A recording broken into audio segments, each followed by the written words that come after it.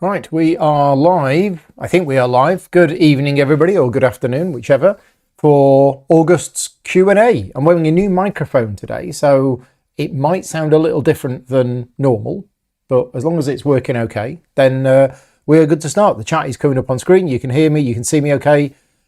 Off we go then. The format of this show is going to be the same as always. I'm going to spend about the first 45 minutes to an hour answering all of the questions that have been asked in advance over on the Board Game Geek Guild.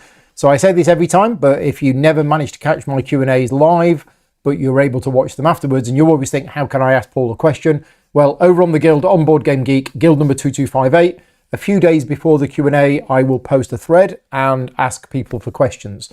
And what I'm going to do now is I am going to go through all of those questions first. Then we're going to talk about the giveaway, because there was 2 giveaways last month. So we have £150 worth of games vouchers to give away.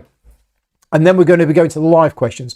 So if you are joining us live this evening and you do have a question for me, please put it in the chat, but start with the word question, because otherwise it won't get seen amongst all of the other messages that are in the chat. So yes, start with the word question and put your question there, and Vicky will transfer them to a document.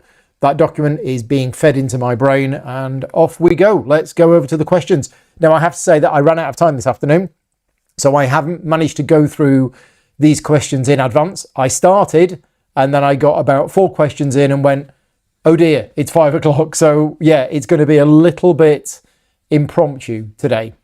So the first question is from James, and James is referring to a solo playthrough that I did of Endeavour Deep Sea on Sunday. So if you're interested in watching me play the solo game of Endeavour Deep Sea, that was live on the channel on Sunday. It wasn't announced in advance because it was planned stroke unplanned. I'd always planned to do a solo playthrough on Sunday, but it was my Patreon supporters that were voting on what game I was going to play, and I didn't actually look at the votes. Well, the poll closed at 10 o'clock on the Sunday morning, and Endeavour Deep Sea won, which was great because I love Endeavour Deep Sea and I hadn't played it solo, and now I have. James is asking me, what are my top 5 games to play solo? And I don't have a top 5 games to play solo. Endeavour Deep Sea I very much enjoyed.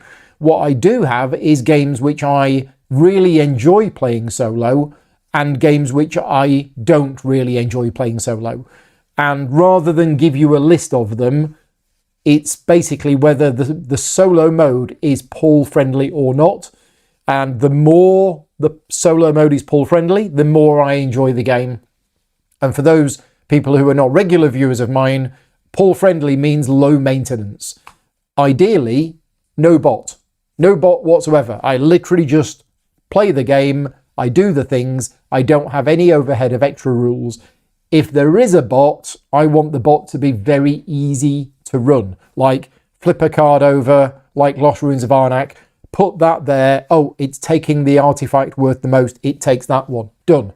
I don't enjoy, I have huge respect for, but I don't enjoy games with flowcharts for bots or anything that's slightly more complicated than that. So, yep, lots of games that I enjoy solo, but they have to be very low maintenance.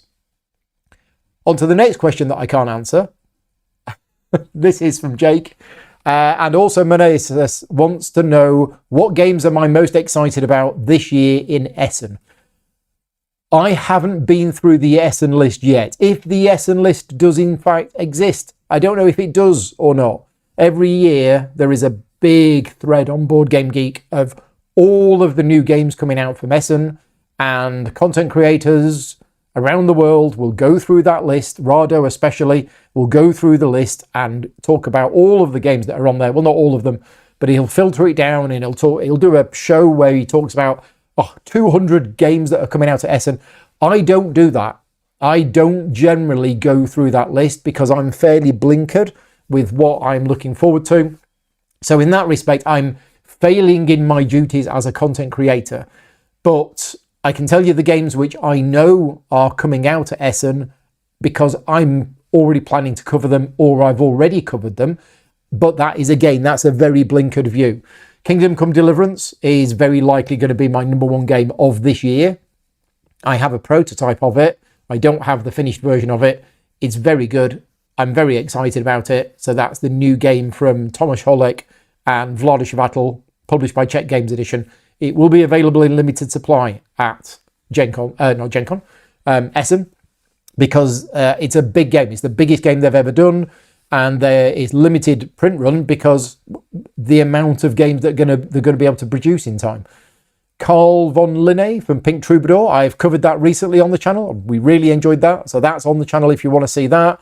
Thessaloniki, the new board and dice game from Daniele Toscini. That would be on my list if I wasn't going to be covering it on the channel, but I am going to be covering it on the channel in a couple of weeks' time. It arrived a couple of days ago. Cuba Neo is a new version of Cuba, and if you are relatively new to gaming, you will have missed out on all of the games from the early 2000s, which are a lot lighter and a lot more streamlined than the games we have now. Cuba Neo is one of them. The original game Cuba came out in 2022. I was a fan of it, and Cuba Neo is effectively just a new version. It's not even a re-implementation. It's probably the second edition. I would class it as a second edition because they've tweaked a few bits, but nothing major, and it's using the same artwork as the original game as well, which is good because it is good. Prague Unseen, I don't know anything about yet, but I've heard good things about it. The new game from Devir, or one of the new games from Devir, which is Nijar, which is also Peraloco Games. I'm going to be covering that one. Chrono Critters from Vladimir Suhi, and Delicious Games. In fact, I don't know if it's him. I don't know if Chrono Critters is actually his design, but it's Delicious Games, and Delicious Games are always worth a look at because they always do good quality games, some of them better than others, but yeah. And the two new games from Chili Fox. Chili Fox is another publisher who I have a lot of time for. They always do really good games. They've got Wild World and Terra Vista coming out, and I'm going to be covering both of them on the channel as well. They've arrived as well. So that's a few games that I know that are coming out at this year's Essen because I am going to be covering them. There's probably other games that I'm aware of that are coming out at Essen that have not really gone onto my radar. But the next question from Jake is, any stands that you would say in general are must visits at Essen? And no, really, because I can't answer that because I don't know what kind of games you're going to like. Essen is huge. Essen is sprawling. You would spend all 4 days going around the booths and you might still not have enough time to see everyone unless you literally just look at it and walk off. So I can tell you the stands that I would go and look at if I was a punter, which is pretty much the ones that I've mentioned. I would also go by Glass Cannon Unplugged because the guys there are great. I'm going to be working at the Glass Cannon Unplugged stand this year.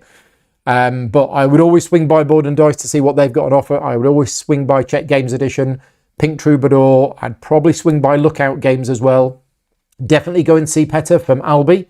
They've done Dirt and Dust last year and Severton, and this year they've got Prague Unseen, and they've got Potemkin Villages as well, which I'm going to be covering. And I would always go by and swing and see Aporta Games and Chili Fox Games and see what they've got on offer as well. So that's a few of them that I would go and see, but there's plenty of others that I would definitely go and see as well. Let me know what you would go and see. If you're going to Essen this year, what's on your list? Give me some games, put them in the chat, and also tell me which publishers you would definitely go and see this year. Oh, there is one other publisher that I have to mention, which is Feuerlandspieler.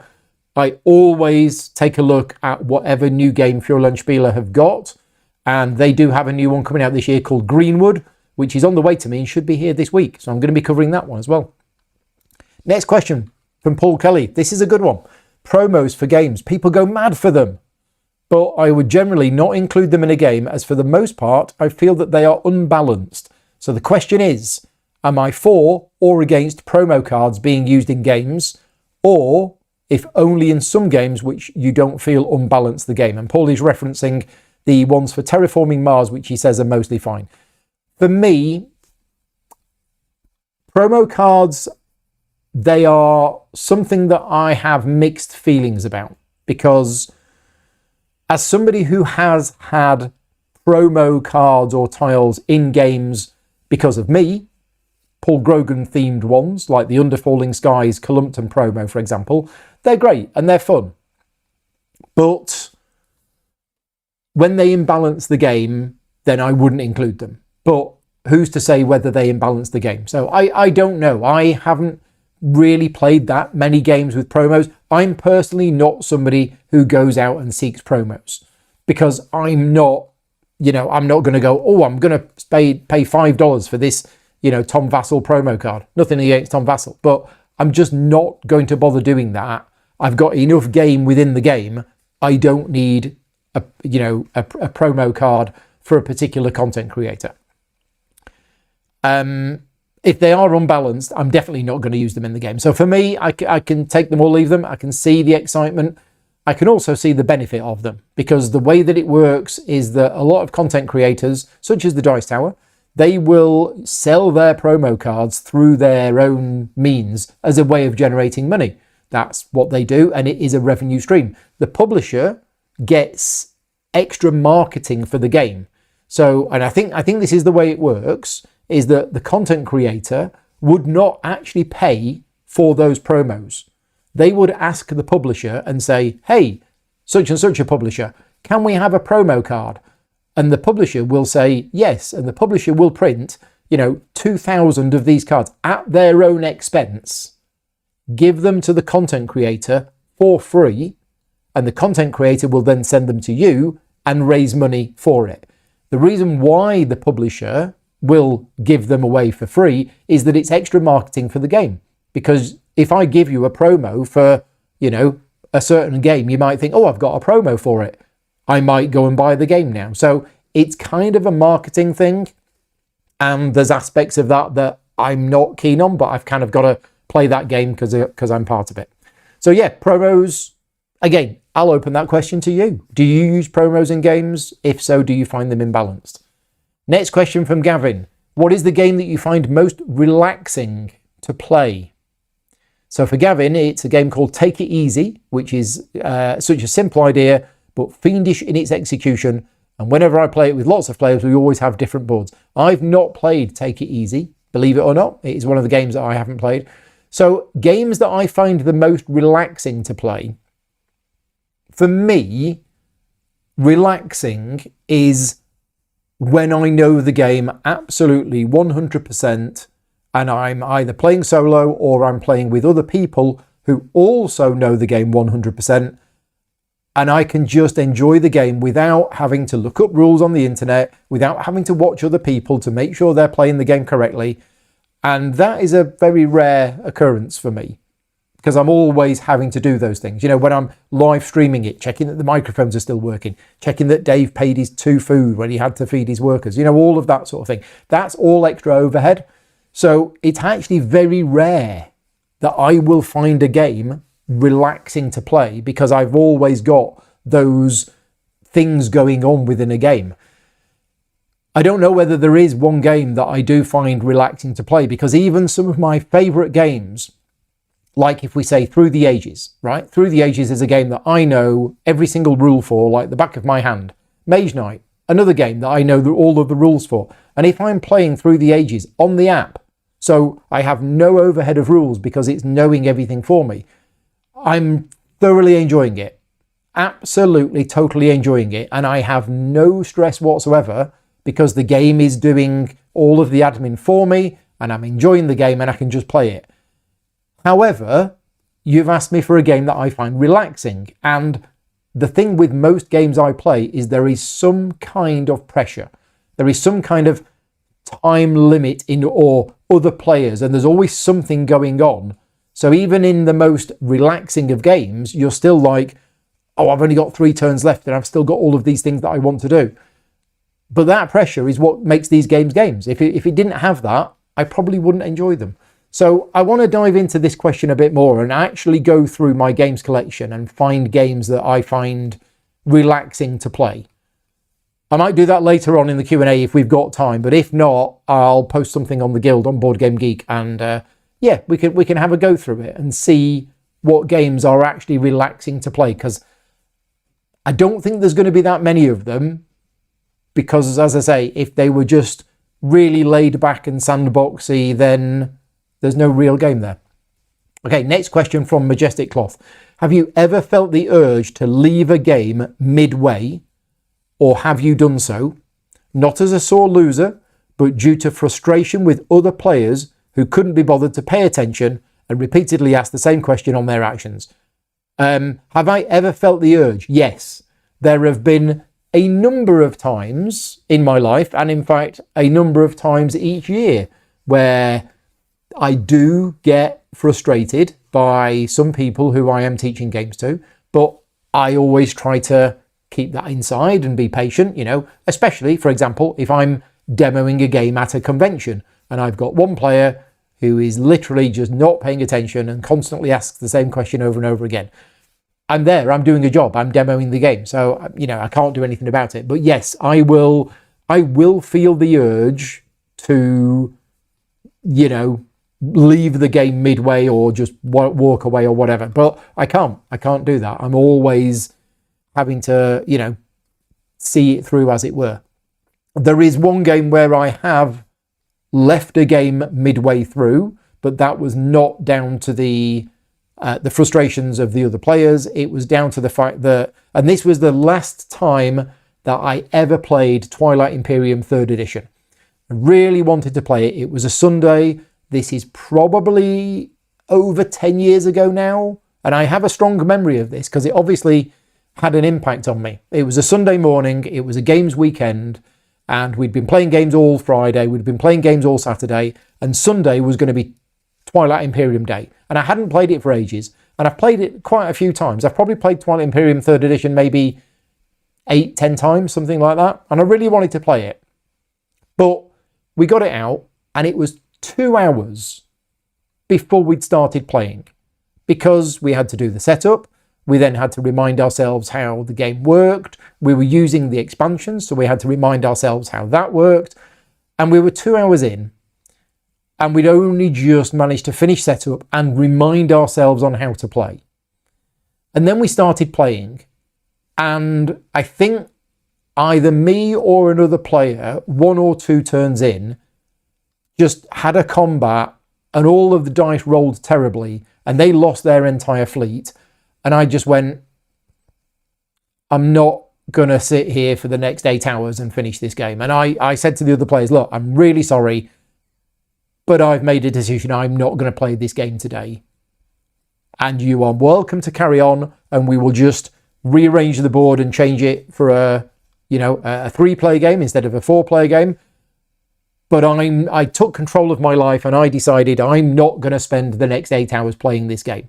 And the other players graciously said, nope, if you drop out, that's fine. We'll just pack it up and we'll not play it again. And I felt really guilty because they'd wasted 3 hours of their lives on a Sunday morning. And that was my last experience with Twilight Imperium 3rd edition. So yeah, it's very rare that I will, walk away from a game mid-game, but that was possibly the last time I've done it. Next question from Davis. Matricia, which is his wife, has a question.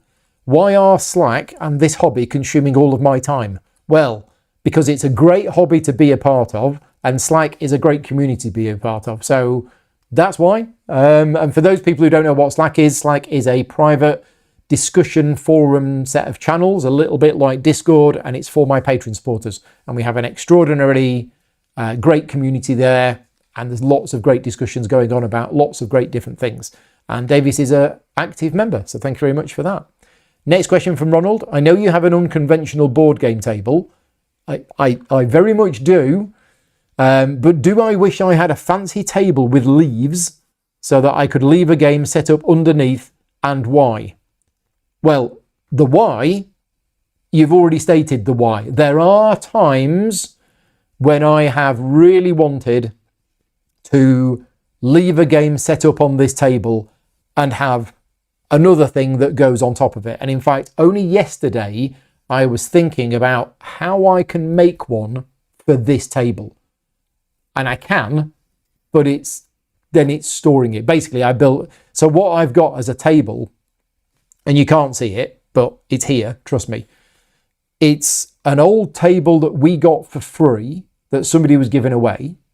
And then on top of that is a very large sheet of MDF, which is 6.5 foot by 3 foot wide, which we had to get cut into 2 because it wouldn't fit in the car. So we cut it into 2, fit it in the car, brought it home, screwed it together, and that is basically my table. So my table is just a big sheet of MDF on top of another table. I do have a game topper, which I used to use, and I take that with me when we run GridCon. And I have another table over there, which is 2 A-frames, an old office door, and then a big sheet of MDF. And that's where I film the how to play videos. So ever since moving from the old studio to the new studio, the main benefit for me is that the area where I film the how to play videos is over there. It's not this table. That means if I'm in the process of filming a how to play video, which I have been doing for the last week or so for the game makers, I've had it set up over there, and then I've come over here and done a live stream, and then I've gone back to filming over there. It's been an absolute life changer. So I've never really needed to keep a game set up here and put another one on top. But I was thinking about what happens if I do. It'd probably be just encouraging me to be even lazier and not put games away. But yeah, that's do I wish I had a fancy table? No, I'm okay with this one. One of the reasons why I don't have a fancy table is, unlike everybody else in the world, the bit at the side, the edges, so that there's a dip down to the table. I generally am not a fan of that. I just like a flat table in front of me. Vicky's shaking her head as well. Next question from Mario. Last month, I asked about your decision to donate your advertising revenues to charity. And in short, so if you missed it, I explained that it was kind of a business decision so that my videos look more appealing to the algorithm. Sort of. Yeah, but basically, I didn't make that decision so that my videos were more appealing to the algorithm. I was told by lots and lots of people that in order for my videos to be more appealing to the algorithm, I need to have advertising on. So I turned it on, but because I don't need that advertising revenue, because my Patreon supporters provide me with enough financial input that I'm comfortable, I'm okay, I don't need that. So the fact that I'm able to give that advertising revenue to charity makes me feel good. So that's kind of why I do it. Having this in mind, what other decisions for the channel do you have to make it better, even though you don't agree / weren't happy with them? What other creative solutions did you find so that you felt more comfortable with them? None. I mean, to be fair, a lot of people over the last couple of years have been telling me that the primary output of my channel, which is long form videos, playthroughs, more playthroughs and playthroughs, they are not what people want to watch, which is why many channels are getting huge amounts of views for short form videos, and my average viewership and engagement has gradually dropped over the last 4 or 5 years. People don't want to watch a 2-hour playthrough or a 2.5-hour playthrough, and I get that. So if we're talking about if we're talking about me running my YouTube channel as a business, trying to be the most successful it could possibly be, I would stop doing playthrough videos. I would literally stop doing playthrough videos. I'd get on Instagram, I'd get on TikTok, I'd do short sketches, I'd do nonsense videos, I'd do more top 10s, I'd do all of that stuff. I don't want to do that. That is not what I want to do. And I have friends of mine or other content creators telling me, Paul, if you want to get more views, you need to be doing 5-minute silly videos. You need to be doing this. I don't want to do that. And I'm not going to do that. So yeah, there are plenty of things that I should do in order to, be better at the algorithm. But I don't want to do those videos. I want to create the content that I want to create. And that's not me being stubborn and saying, oh, eventually my channel will make it. No, I won't. My channel is where it is. And I have the people who watch my channel and enjoy my channel. And I do what I want to do. I produce the content that I want to produce. So yeah, there we go. On a different subject, Mario says, how often do you update your streaming and recording material? I'm not sure what you mean by my streaming and recording material. If you mean the physical stuff in the studio, I'm upgrading it all the time. This microphone is new as of a few weeks ago. 3 months before that, I bought a brand new camera. So there's always tweaks and upgrades going on here and there to just improve things and make things better. Yeah, if that's what you mean. Otherwise, I'm not sure what you mean. What is the most bizarre story from a convention that you can share with us? Oh gosh.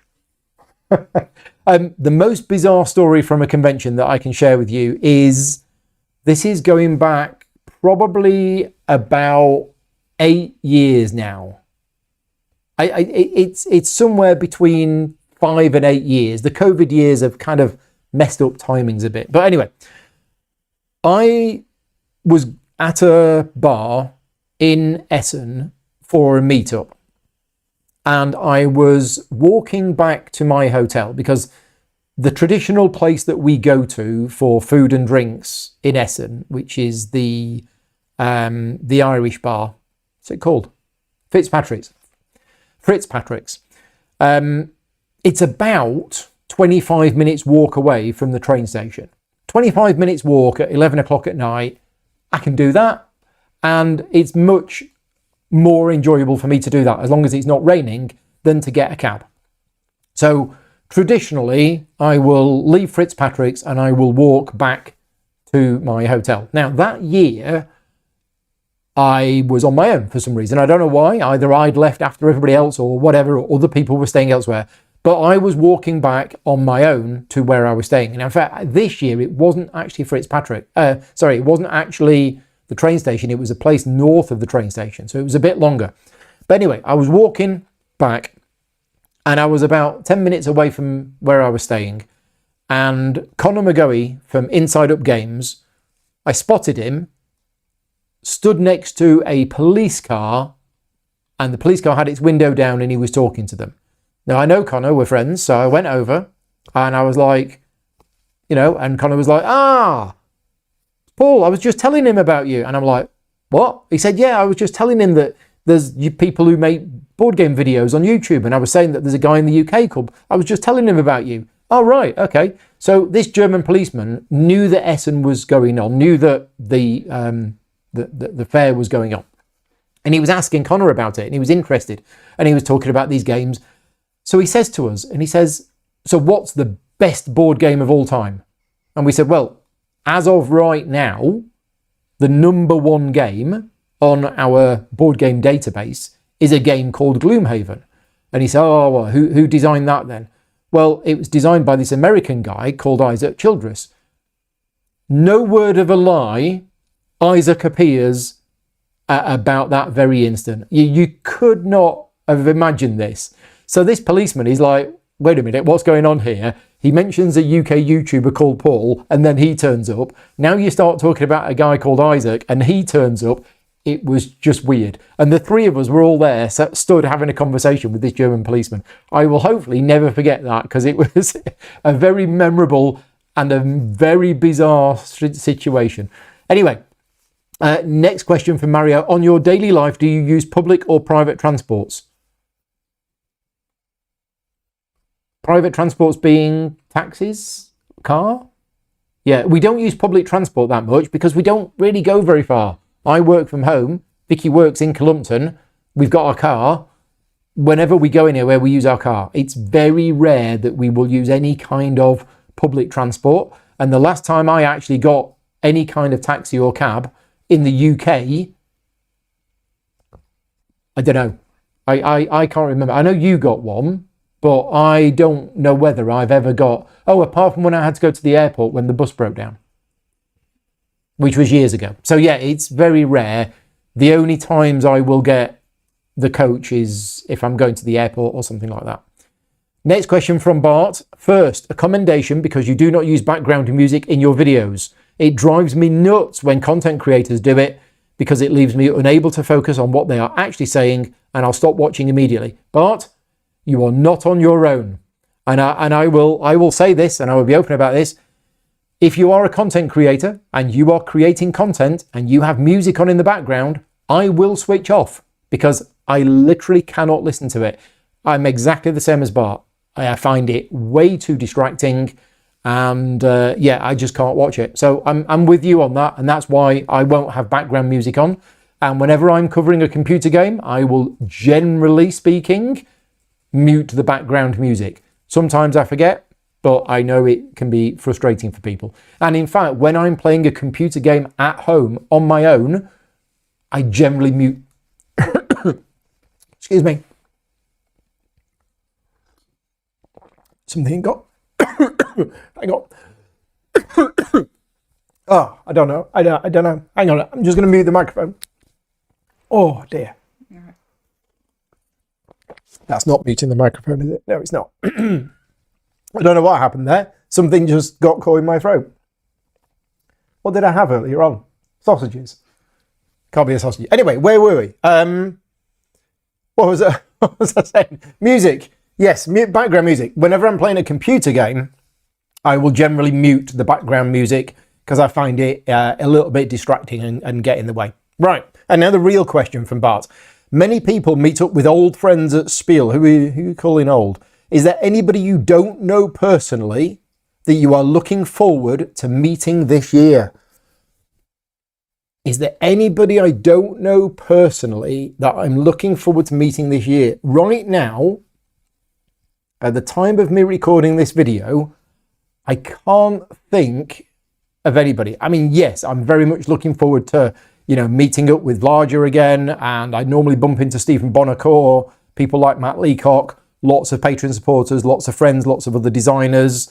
I normally bump into Daniel Tashini and have a chat with him as well. But it's not just designers as well, it's some of the publishers. Right now, I am struggling to think of somebody who I haven't met before who is going to be at Essenspiel this year, who I'm going to meet up with. Not counting Patreon supporters, but I'm talking about designers and publishers. Are there any games that I've covered recently where I haven't met the designer yet? Possibly, but I'm struggling to think. Next question from Brown. First of all, thank you for your videos. Last time you started with an honest, heartfelt open. Hope everything is all right. Thank you. I really do appreciate your videos and love your Q&As because I can tell that you like the interaction. I do, and I love this hobby. I do, as many of us do. You don't skip questions and answer them with the attention, and I make an effort. I always have a question for you when the Q&As come. Thank you very much for the questions. Unlike you, I am fairly new to the hobby, only 4 years in, but my collection is not too shabby. It's 50 good games, in my opinion.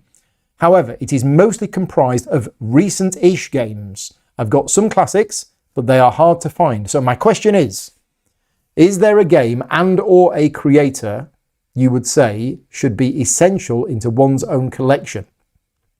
If I was to hunt down a classic must-have game, which one would you suggest? I don't mind my taste on my collection. It's really difficult because I would have to look at your 50 current games in your collection to then pick one. And if you want to send me those 50 games, if you want to send me a list, I will then look at that list and I will suggest some games. But my suggestion of games which are essential for your collection would be just based on my personal experience. And I would have to pick games which are very replayable. And I'd be looking at things like, unless you already have them, Castles of Burgundy, Concordia, some real classics. I would say Mage Knight. I'd say Mage Knight deserves a place in everybody's collection, but it's more of a niche game. I'm trying to think of other absolute classic games which must have. El Grande is still a very good game and still stands the test of time as the daddy of all area control games. So let's go with those three. Let's go with El Grande, Concordia, Castles of Burgundy. I think that's a safe place to go with those three games. I would say those games are all very, very good games. Next question from Jeff. I said that Kingdom Come Deliverance is likely to be my game of 2026. Yes, it is. Very, very likely. And I talk about this in my recent video log. Kingdom Come Deliverance, the new game coming from CGE this year. What mechanism or it factor do you like the most? Oh, gosh. For me, it isn't just one mechanism in the game. It's the whole package. It's everything you do in this game. It's the fact that you start off as a peasant with a few bits of money and a knife, and you will progress over the course of the game. I love the sandbox nature of the game. The game gives you all these different quests to go on, which you can do, but you can go off and you can do your own thing. You can steal horses, you can steal from merchants, or you can buy from merchants. The game just gives you all of these different options to go for, but it's very immersive. The feeling of playing it is great. The mechanisms of the game I really like. So it isn't just one factor about it. One of the big decisions on this game for people, whether they're going to buy it or not, is do we trust that the CGE development and production team can do a good job with it? And I have every faith that they will. The version that I've got, which is one reason why you haven't seen a playthrough video yet, the prototype of the game that I have, all of the text on all of the cards has not yet been through an English translator, like editor. So whilst it's understandable, there have been, well, as I've played it about 3-4 times now, there's been a number of cases where I'm like, I'm not sure how this is supposed to work, and I've had to ask. Now, I don't get an answer because I'm normally playing it at like 1 o'clock in the morning, but that's why a playthrough video for the game with the prototype that I've got would not make the game look good. Now, you might be thinking, well, hang on a minute, Essen is not far away, and if Paul's saying the cards have got loads of errors all over them, they do at the moment, but that's because the English editing team hasn't actually got their hands on it yet. But they will. Don't worry about that. CGE are very good at getting their games ready for Essen, and don't worry about the fact that it isn't ready yet. Other publishers, the game's done, printed, finished. You know, they're well ahead of time, but CG normally do things quite late. So yeah, I don't think it is just one thing about the game. It's the overall package. I have to say that the card mechanism is brilliant. And if you want to know more about how the card mechanism works, I did a 15-minute overview video, which is on the channel as of yesterday, where I talk about the multi-use cards and how they work. That bit, if I was to pick one thing, I think the way that the cards work in the game is my favourite. Next question from Dorrit. Given that you recently created a preview video for Kingdom Come Deliverance, was that your first preview video? I'm not sure. I mean, I don't normally do those types of videos. The normal type of videos that I do is tutorial and playthroughs. I don't normally do overview videos. The reason why I did an overview video for this game is I desperately wanted to do something for the game, and CGE asked if I could do an overview video, and I went, well, if that's what they want, I'd love to do a playthrough, but if they want an overview video, then that's what I'll do. And having, as I said, now that I've got the game, I can now see why. Now, don't worry, there will be a playthrough video coming for this game. If they let me do one before Essen, in other words, if they are able to get me a copy of the final printed cards and everything, and they are happy for me to do a playthrough before Essen, and I have time to do so, I will. Otherwise, there will be a playthrough video as soon as I get back from Essen. It will probably be the first thing that I do. I will be half asleep, but I will get back and I will do a solo playthrough of Kingdom Come Deliverance. There we go. So what led to the decision of doing a preview video? Yeah, there you go. I've answered that. Would you consider making more preview videos in future? Possibly. I enjoyed doing them because one of the benefits of doing a preview video like that, even though it takes a long time, that video took me probably about 20 hours to create, and that's not counting the fact that I had to play the game multiple times beforehand. I had to write the script, I had to film it, I had to get it edited, I had to get it checked, I had to re-edit it, I had to do all of that stuff. It's about 20 hours of work has gone into that video. But the advantage of it is that it's effectively stress-free because it's not live. Anything that goes wrong in the filming or the editing, I can fix it. And it gets approved and approved. And I have to say a big thank you to all of my Patreon supporters, specifically Frank and Brendan, but other people as well, who check my videos and they find things wrong with them and they tell me and then I fix them. And if it weren't for that, the videos that I produce would have loads of errors in them because I'm not able to spot them these days. But yes, I wouldn't say no to doing more of those overview videos, and it's certainly been very popular, but honestly, I like playing games, which is why I have a tendency to do playthrough videos more. Dorrit says, what was your process for creating the preview video? Oh, I've kind of already mentioned that. So yeah, first of all, I have to learn the game. I mean, it's very similar to creating a how to play video. Very, very similar. I play the game a few times, and then I decide, right, I now need to try and give people an overview of this game in about 10 or 15 minutes. So I have to decide, unlike a how to play video, where I have to say everything, I just have to choose the order.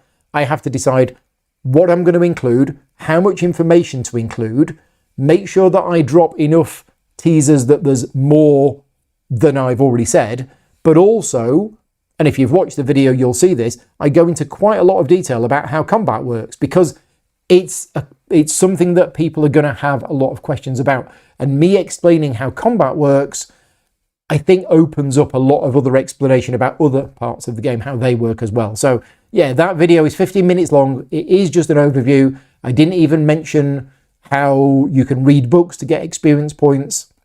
You can go to the church to pay your tithe to rid yourselves of your sins and things like that. There's so many other things going on in the game that I didn't mention in the video. But yeah, I have to say it's something that I enjoy doing, and I think I'm good at. I think I'm good at distilling a game down and explaining it roughly in a short period of time.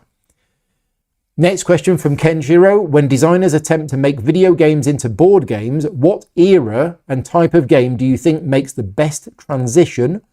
And what aspect of the video game do you think is important to bring over to make it worthwhile? Extremely good question, but in terms of answering your first part, what era and type of video game do I think makes the best transition? Anything. I personally believe that any form of video game can be made into a board game. And this is my challenge to you. If you can think of a video game that cannot be transferred into a board game, then let me know. I mean, there probably are some, but the reason why I'm saying that with confidence is that there have been so many great adaptations of video games into board games. Frostpunk, Terraria, Slay the Spire. There's been so many that have been really good that I think it is something that board game designers are able to do quite well. What aspect of the video game do you think is important? Oh, Don't Starve as well. Don't Starve is a fantastic board game version of a computer game. What do I think makes the best transition? What aspect of the video game do you think is important? You've got to capture the feel of the game. The most important thing is that you've got to capture the feel of the game. So in Frostpunk, the computer game, you are fighting against difficult situations all of the time.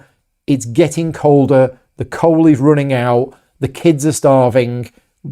It gives you this feeling of desperation that how are you going to get through this situation? And the board game captures the exact same feeling. Terraria is an open world crafting game, and the board game gives you that exact same feeling. They've done exactly the same with Kingdom Come Deliverance. The video game is very much a sandbox experience where you're in this medieval world and there's all of these different storylines going on, and you can join in those storylines if you want to, but you don't have to. So yeah, I think capturing the feel of the game is very, very important. Next question from Frank. Frank's got a few questions. First of all, thank you for the worldwide premiere of Kingdom Come Deliverance. My pleasure. In my opinion, what is necessary to convert a classic computer game into a board game? Oh, we kind of just touched on that. Yeah, necessary is definitely capturing the feel of it. That's absolutely necessary. Mainly because you are going to have people buy the board game who are fans of the video game. And if it doesn't capture the same feel as the video game, then they're going to think, what is this? What difficulties do you see in terms of the action and combat mechanisms? With regards to Kingdom Come Deliverance, or just with regards to any conversion of a classic computer game? I mean, to be fair, it would be pretty hard to convert a first-person shooter. It's been done a couple of times, but you're not going to be able to capture the dexterity element of the player. Can you mash those buttons fast enough? That's going to be quite difficult to convert into a board game. So yeah, I'm not sure what your second part of the question means, Frank. What difficulties do you see in terms of the action and combat mechanisms? It really depends on the game. I mean, with Kingdom Come Deliverance, one thing that they have done with the combat mechanisms is, and this is a part of the computer game, is when you are being attacked, the people you're fighting will hit certain parts of your body. And depending on where they hit, it depends what kind of injury you're going to get and whether your armor protects you or not. They've captured that in the board game. Basically, every time an enemy attacks you, it draws an attack tile and it tells you where they are attacking. And the injury that you get will be based on where you get injured. So they've captured that feel of the game as well, which I think is going to tick a lot of boxes for people who like the video game. Next question from Frank. Essen is coming up. What is the right balance between a tutorial, a demo, and a full gameplay for presenting and advertising a new game? Frank says, unfortunately, I often see booths with only 2 tables offering full gameplay sessions lasting 2 or 3 hours. So I have a lot of thoughts on this, and I have my opinion on what I feel is the best for a demo of a game. And I don't just believe it's my opinion. I actually believe this is the right way to demo games. And I've had all 3. So I've had demos of games at conventions which lasted 30 minutes and was 100% scripted.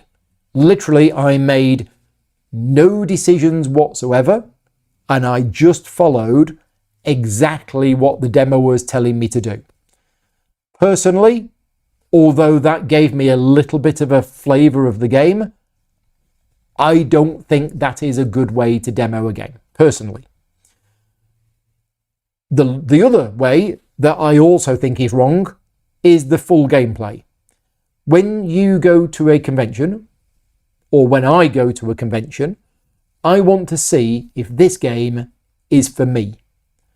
I don't want to sit down and play a full 3-hour game of it at a convention.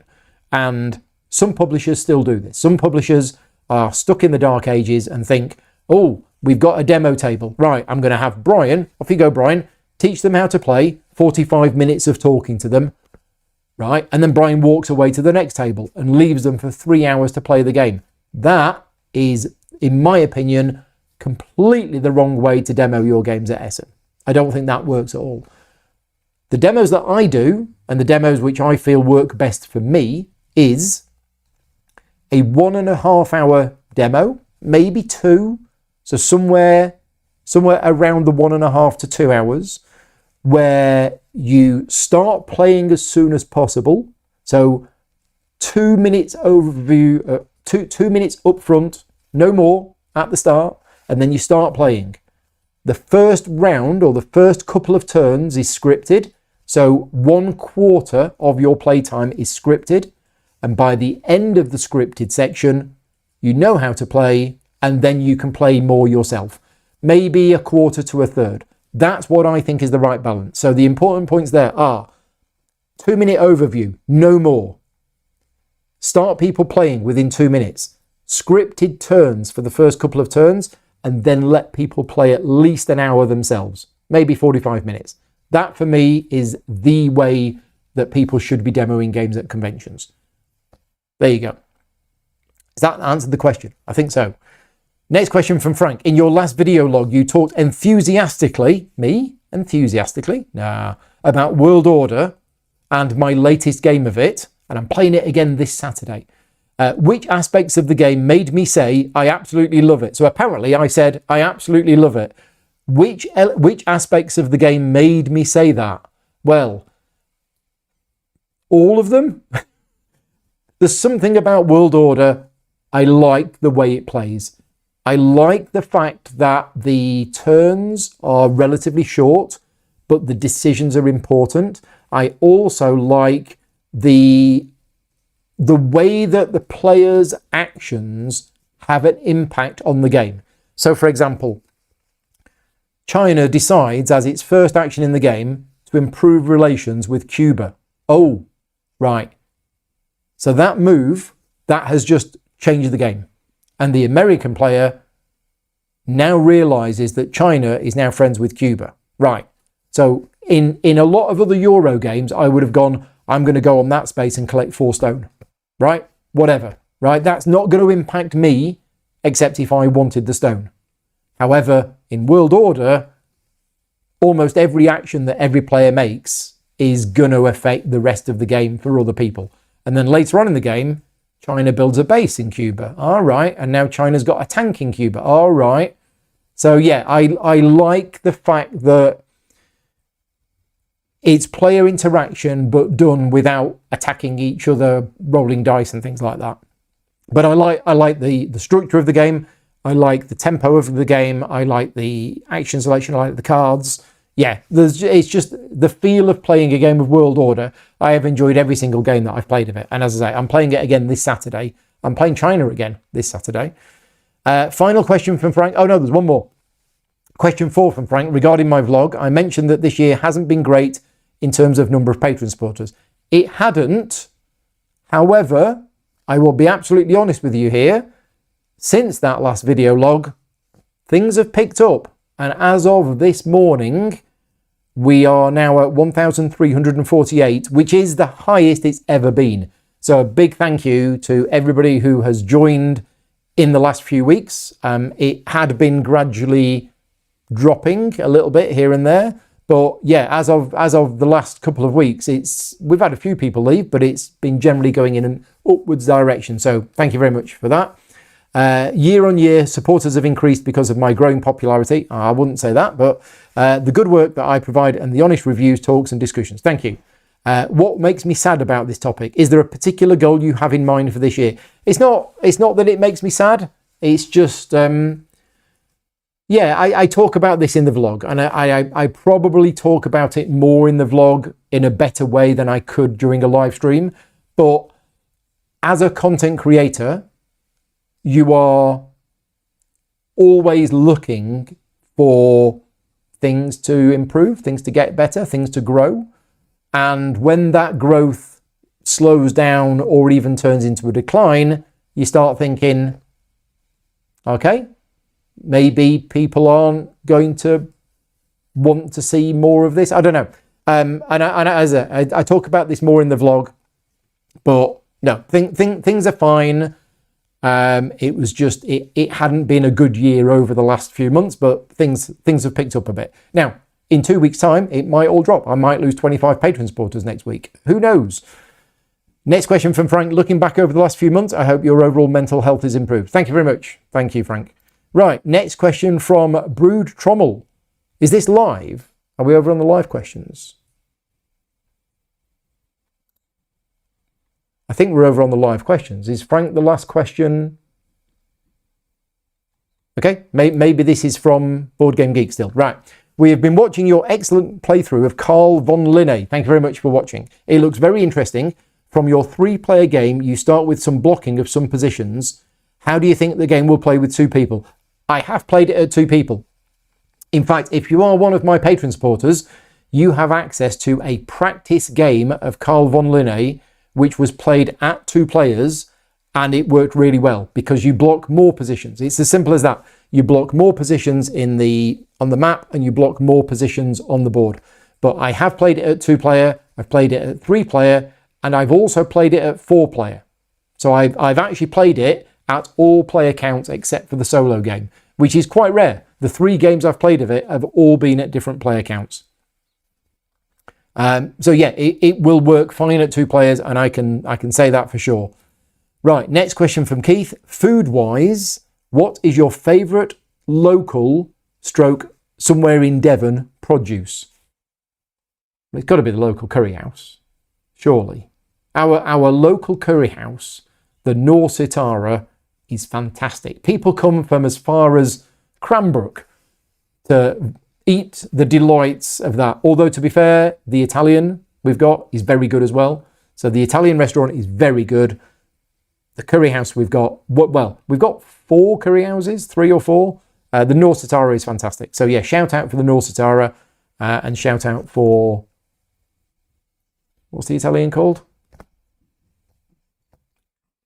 Anyway, the Italian, Al Dente, yeah, which is very good. When was the last time you had tears of laughter playing a game, and what was the game? Tears of laughter playing a game. It's got to be something like Just One. It probably would be something like Just One, but it was, I don't know, maybe a year and a half, 2 years ago. I mean, I don't remember the specific instance of that happening. I just remember, I don't think it's happened in the last year. But yeah, tears of laughter playing a game. I mean, I don't play silly fun party games. If I did, well, I don't, because I don't enjoy them. I don't find those kind of games laugh out loud funny, but there have been times in Just One which have been very funny. Next question from Chris. I've been teaching people how to play and enjoy board games for so many years, and I think a lot of us who follow gaming rules have developed a pretty good idea of the kind of games you enjoy, or so you think. So I've always wondered, why haven't you designed your own game? Is there something specific that's been holding you back, or is it simply a matter of finding the right idea at the right time? I have a feeling quite a few people in the community would love to see a Paul Grogan game. So it's a very good question, Chris. I have been trying to design my own game since I started playing games. Back in the mid-80s, I was designing my own role-playing game. Then in the late 80s, I was designing my own play-by-mail games. Then moving into the 90s, I started working on my own board games. And I have been wanting to and trying to design my own games for approximately 40 years. And I've got loads of scribbles down on bits of paper, Excel spreadsheets. I've got loads and loads of stuff. Some of them I've even tried physically making and, printed things out and cut them out and tried playing them. And it got to a point, probably about maybe 10 years ago now, that I started getting frustrated because I wasn't getting anywhere and I wanted to do this. I felt I could do this and I just wasn't making any progress. So I decided that I was going to see one through till the end. And I did. I have actually designed my own game, and it was originally called Earth 2. Then it was called something else, and then it eventually got renamed to Brave New World. And I did it. I designed it. It was finished. I actually had physical things printed out.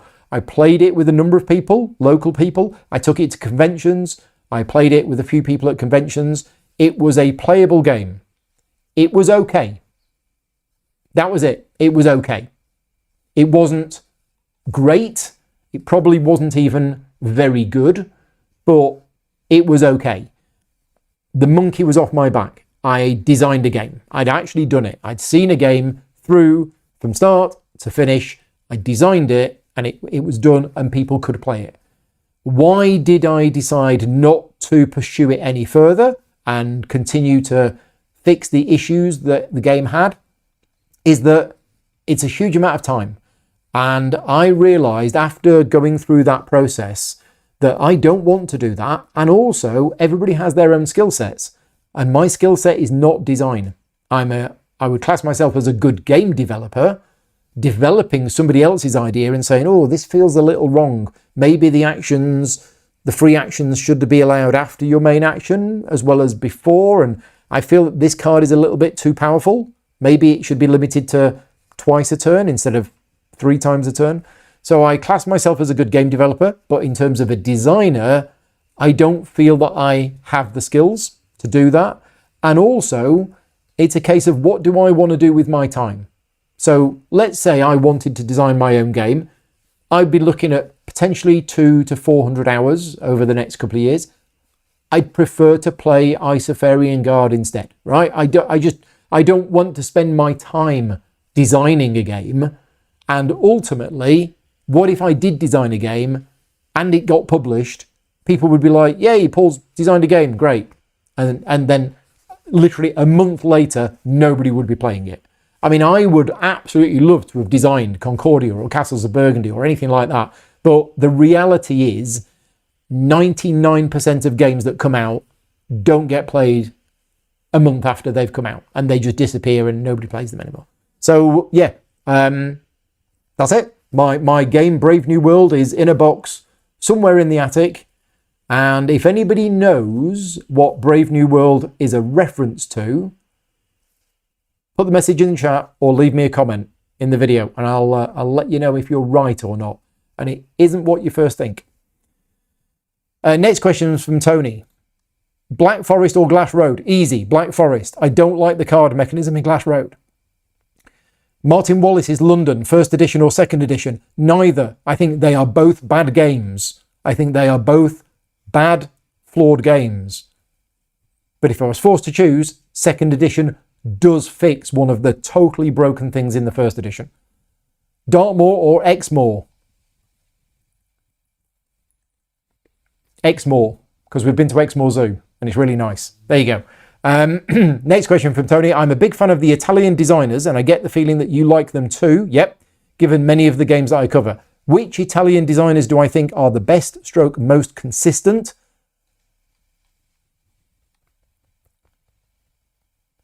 It's tricky. I mean, if we're talking about best, we're probably looking at Daniele Tascini, Simone Luciani, Nestor Mangoni. There's probably a few others as well. But as far as being consistent, I think probably Daniele Tascini for consistency. I think. He's done some games that are not very good, but he's done some games that are brilliant. Have I ever played any games from, am I going to be able to pronounce this correctly? Anyway, Sweetlands or Ostia? No, I haven't. I haven't played Sweetlands. I've been told I would like it. I haven't played Ostia. I've been told I would like it. If not, do I want to? No.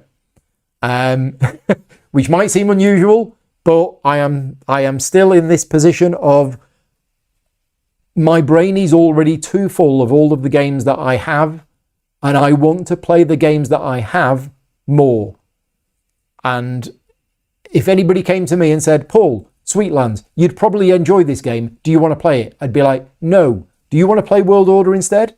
Because that's where I am with my life. I just want to play the games that I have. And even though there's another game out there that I'm probably going to enjoy, I don't have the brain space to cover it. And it's because the games that I own deserve a lot more plays than they're getting. Next question from Carl. Are there any games that you think deserve a solo mode? And are there any games where the solo mode is so bad it shouldn't be there? Carl says for him, the solo mode is simply play a game with no bot actions and beat your last score. Awful. Any solo mode that is simply, any game where there isn't a bot and you just have to beat your own score, Carl thinks that's awful. Me, I don't mind that. In fact, I actually quite like that. I like Endeavour Deep Sea, for example, that I played on Sunday. There's no bot. You just play the game. And there are almost no rules changes between solo and multiplayer. It was fantastic. I loved it. So we all have our own things. And there are many people I know who, for them, any solo mode, which is just play the game as normal and beat your own score, that's rubbish. For me, that's brilliant. I love that. Absolutely love that. So it's nice that we have different solo modes to suit different kinds of people. Any games that I think deserve a solo mode, I mean, most of them have a solo mode these days. So I can't think of one game offhand which deserves a solo mode other than maybe Through the Ages. But in order for Through the Ages to work as a solo mode, it would probably not be Paul friendly. Any games where the solo mode is so bad that it shouldn't be there? There is one game, and I know the designer of this, so apologies, but personally, I felt that the solo mode for Sniper Elite, I didn't get on with it. Now, Sniper Elite is a great game. Really enjoyed Sniper Elite as a hidden movement game. And unlike a lot of people who said Sniper Elite is only a 2-player game, I disagree with that. My best player count for Sniper Elite is 4. 1 sniper, 3 different German players. That is the best player count for me. And I get it that those 3 German players have to work together as a team, but it's fantastic. It's a really, really good experience. The solo mode, I felt, just did not work at all. It's a game which probably shouldn't have had a solo mode, because from my experience with the solo mode, the Germans were just moving randomly. And one of the big parts of the multiplayer game is, oh, I've heard a noise over there. Right, I'll move over there. And they tried to do that in the solo mode, but there were various times, unless I was playing the game wrong, there were various times where they were moving in a way that no human player would move, and it kind of just felt a bit strange and a bit weird. So yeah, solo modes should not be forced onto games, but I know a game having a solo mode does make it a selling point. I just think, yeah, some games don't need a solo mode, and some games shouldn't have a solo mode. And if it's not going to work, don't do it. Next question from Old School Meeple. If you could play a 4-player board game with anybody ever, living or dead, which 3 other players would you want to play with, and which game would you choose? Again, apologies, I haven't had time to go through these questions in advance. If you could play a 4-player board game with anyone ever, living or dead, which board game would I choose? Well, out of my favourite board games of all time, I'm probably going to say Through the Ages, because my other favourite board games would probably be too long with 4 players and there would be too much downtime. Then again, Through the Ages, there can be quite a lot of downtime. So we'll say Through the Ages. In terms of which 3 other players would you want to play with, living or dead? Well, it would have to be dead people. And I don't know. I honestly don't know who I would want to play with. I tell you what, I'd probably go with some leaders from Through the Ages. So I'd like to play Through the Ages with Julius Caesar, Aristotle, and Joan of Arc or something like that. That would be very cool. And then when that leader died and was replaced by another leader, that person would appear. So playing with the actual real people, that would be quite fun. Next question from Brian.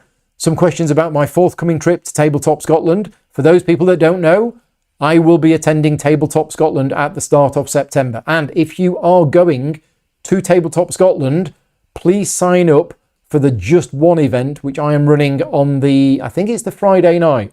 But yeah, if you're going to Tabletop Scotland, head on over to the Tabletop Scotland page and you can book a ticket. I think it's free for the Just One event that I'm running in the evening, because we kind of need people to turn up for it to be fun.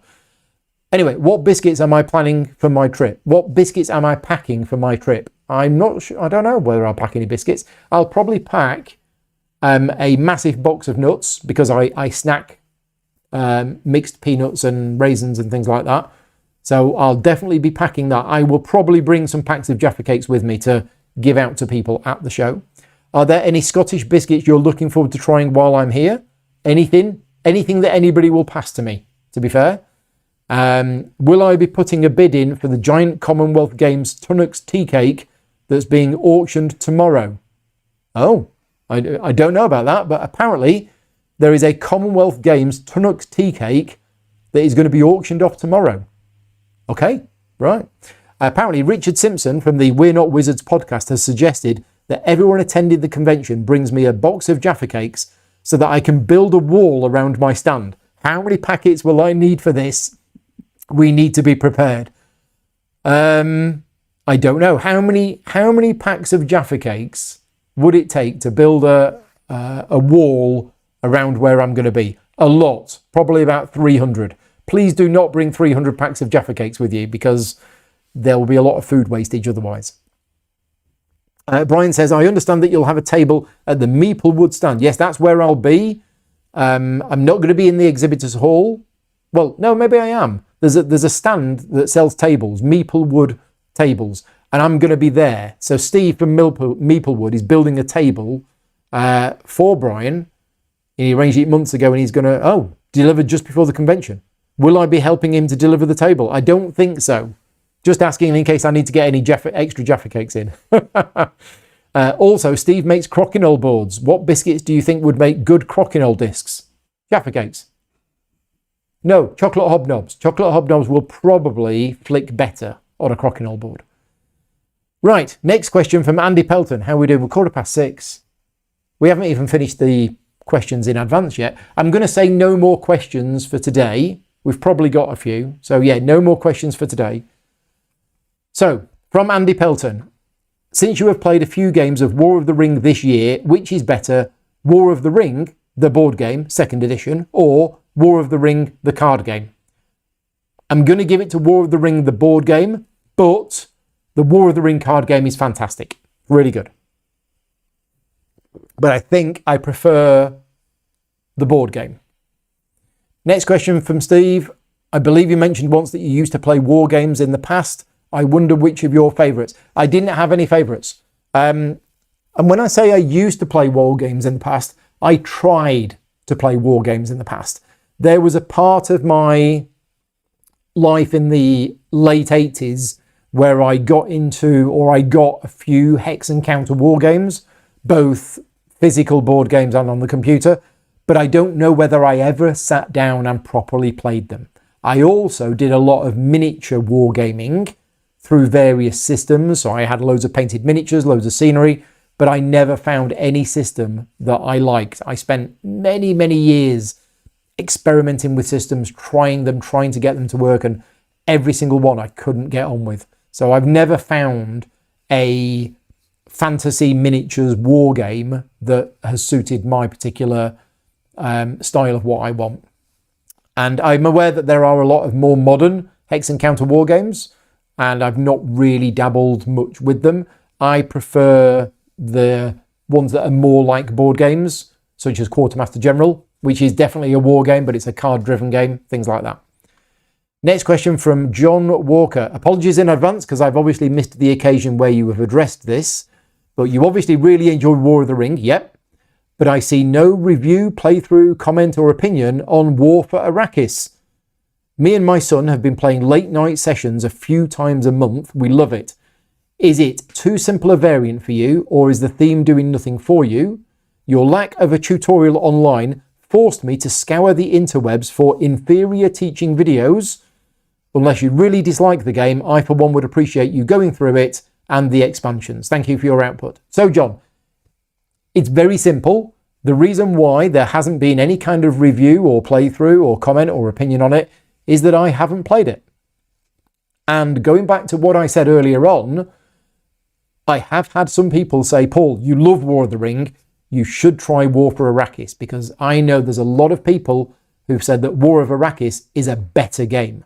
Now, I don't want to hear that, because I have invested in War of the Ring, both in terms of spending time to play the game repeatedly so that I, know it better and I can actually enjoy the game. And I have the 20th anniversary edition of War of the Ring coming with all of the expansions, which is valued at about £850. So I don't want to go off and play War for Arrakis and go, oh yeah, that's a better game. I have no problem with the theme. I like Dune as a theme. I much prefer Lord of the Rings as a theme. So in terms of which theme do I like the most, Lord of the Rings over Dune, absolutely. But yeah, it's not that I dislike the game, and I know it's by the same designers, and it probably is an improved version of War of the Ring. But I am not interested in trying it because if you said, Paul, I'll come over and we can play it, I'd be like, no, can we play War of the Ring instead? Because I'd much prefer to play War of the Ring. And how can I say I'd much prefer to play War of the Ring when I've never tried Dune War for Arrakis? Because I want to play a game that I have invested the time into and I know, rather than trying something else. So yeah, that's why. And that's why it hasn't appeared on the channel. Next question, and this is the final one from the guild before we have a short break. This is a great question, right? Nobody's asked me this before. So thank you very much, Michael, for this question. Michael says, I frequently mention taking time off work in order to create videos on the channel. And I always make it sound rather ominous. So Michael says, are you a quartermaster for the Secret Intelligence Service and are not allowed to tell? Or are you a civil servant at the Department of Motor Vehicles and it's simply too boring to mention? So Michael says, please lift the suspense and tell us what is your vocation. Sorry for being nosy. No need to apologize. I am more than happy to answer most questions about my life and everything else. But Michael, I work full-time in the board games industry. This is my job. The reason why I sound rather ominous when I say I'm taking time off work to make board game videos is because my job is making board game videos. So what I'm doing, and to be fair, I think most people know that this is my full-time job. So when I say I'm taking time off my work, what I mean is I'm taking time off my paid work. But my work is creating board game videos and my hobby is creating board game videos. I will give you an example. For the last year, I have been playing through the campaign of Earthborn Rangers. And I can talk about this now because the campaign, as of yesterday, has finished. So for the last year, Stephen has been coming over, and on a Tuesday afternoon, and we did 19 sessions. So it wasn't quite every other week, but over the last year, there have been 19 playthrough videos for Earthborn Rangers, and they have been on a Tuesday afternoon. Now, on a Tuesday afternoon, most people with a job are working. I wanted to play the campaign of Earthborn Rangers, but I didn't have the time to do it. And I went through quite a big personal change about 2-3 years ago now, maybe. And I know a lot of other people are in this position where you've got games, you've got all of these games that you've bought, and there's simply not enough time to play them. And I realized this, it may have even been long ago, maybe it was 3 or 4 years ago.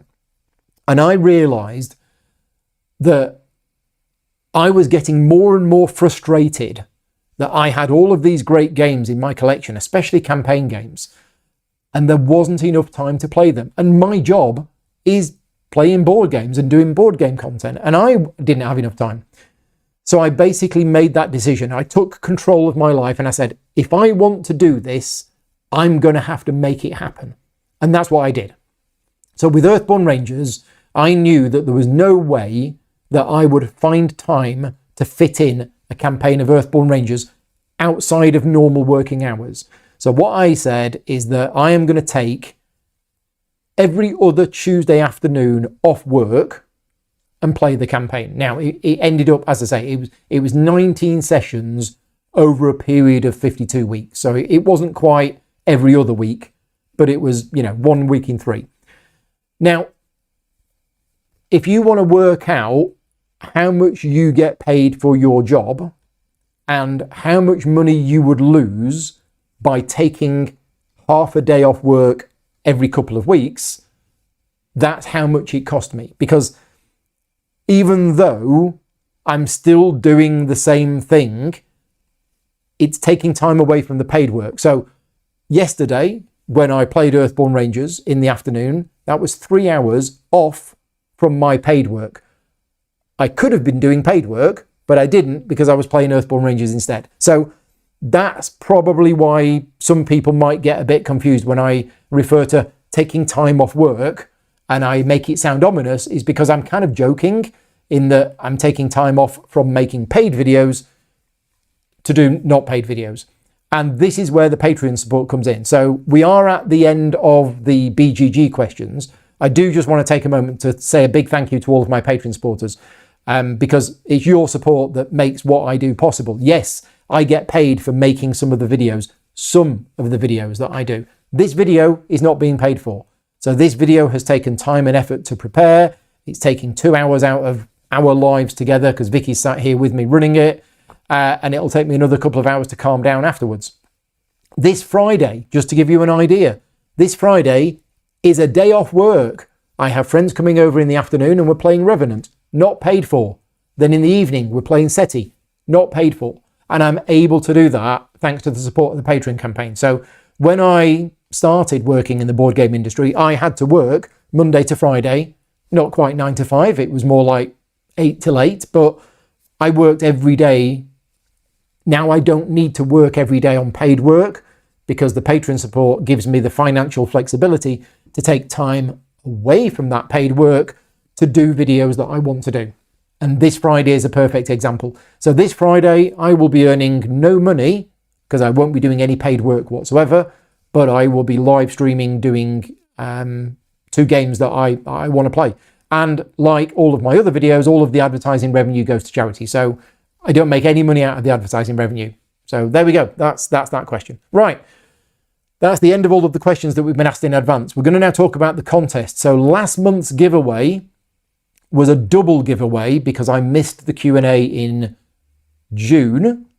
So we actually have 2 £75 game vouchers to give away from last month's Q&A.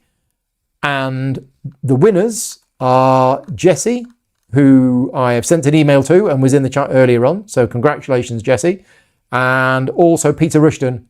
Both of them were in the chat earlier on. So you have both won £75 of vouchers from Games Law. I will sort that out. Now, it's £75 of vouchers because both of them are patron supporters. So if you are a patron supporter, then you get extra entries when you enter my contests. And if you win, you get extra stuff as well. It's a way of me trying to give something more back to you as a thank you for your support.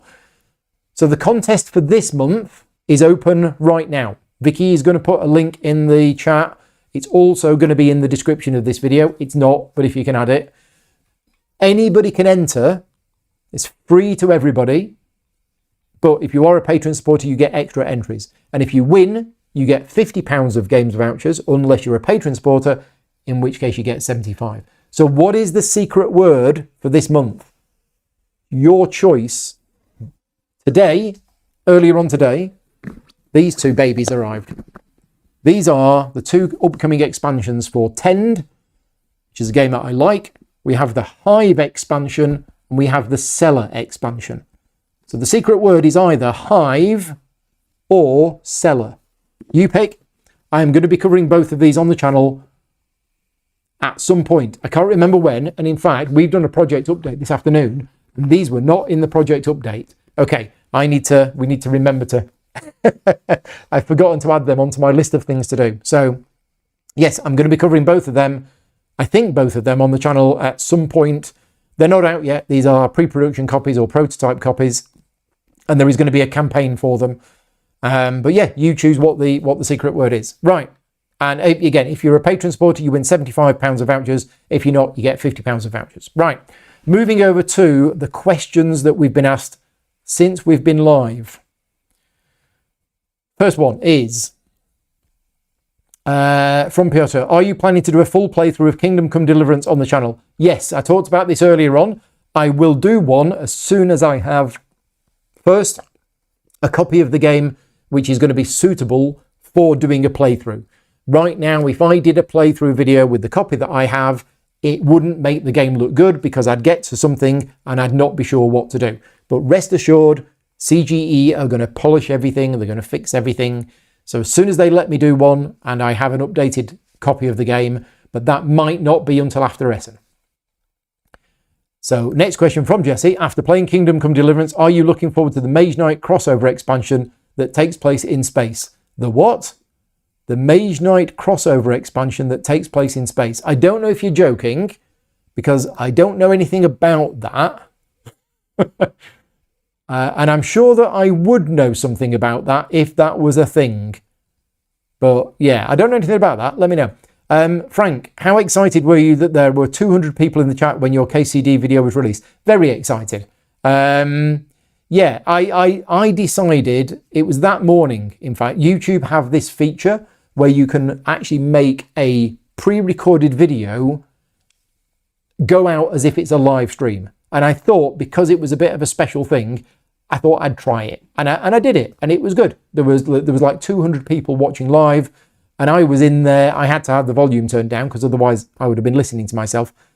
Yeah, it was quite exciting to see everybody watching that video when it went live.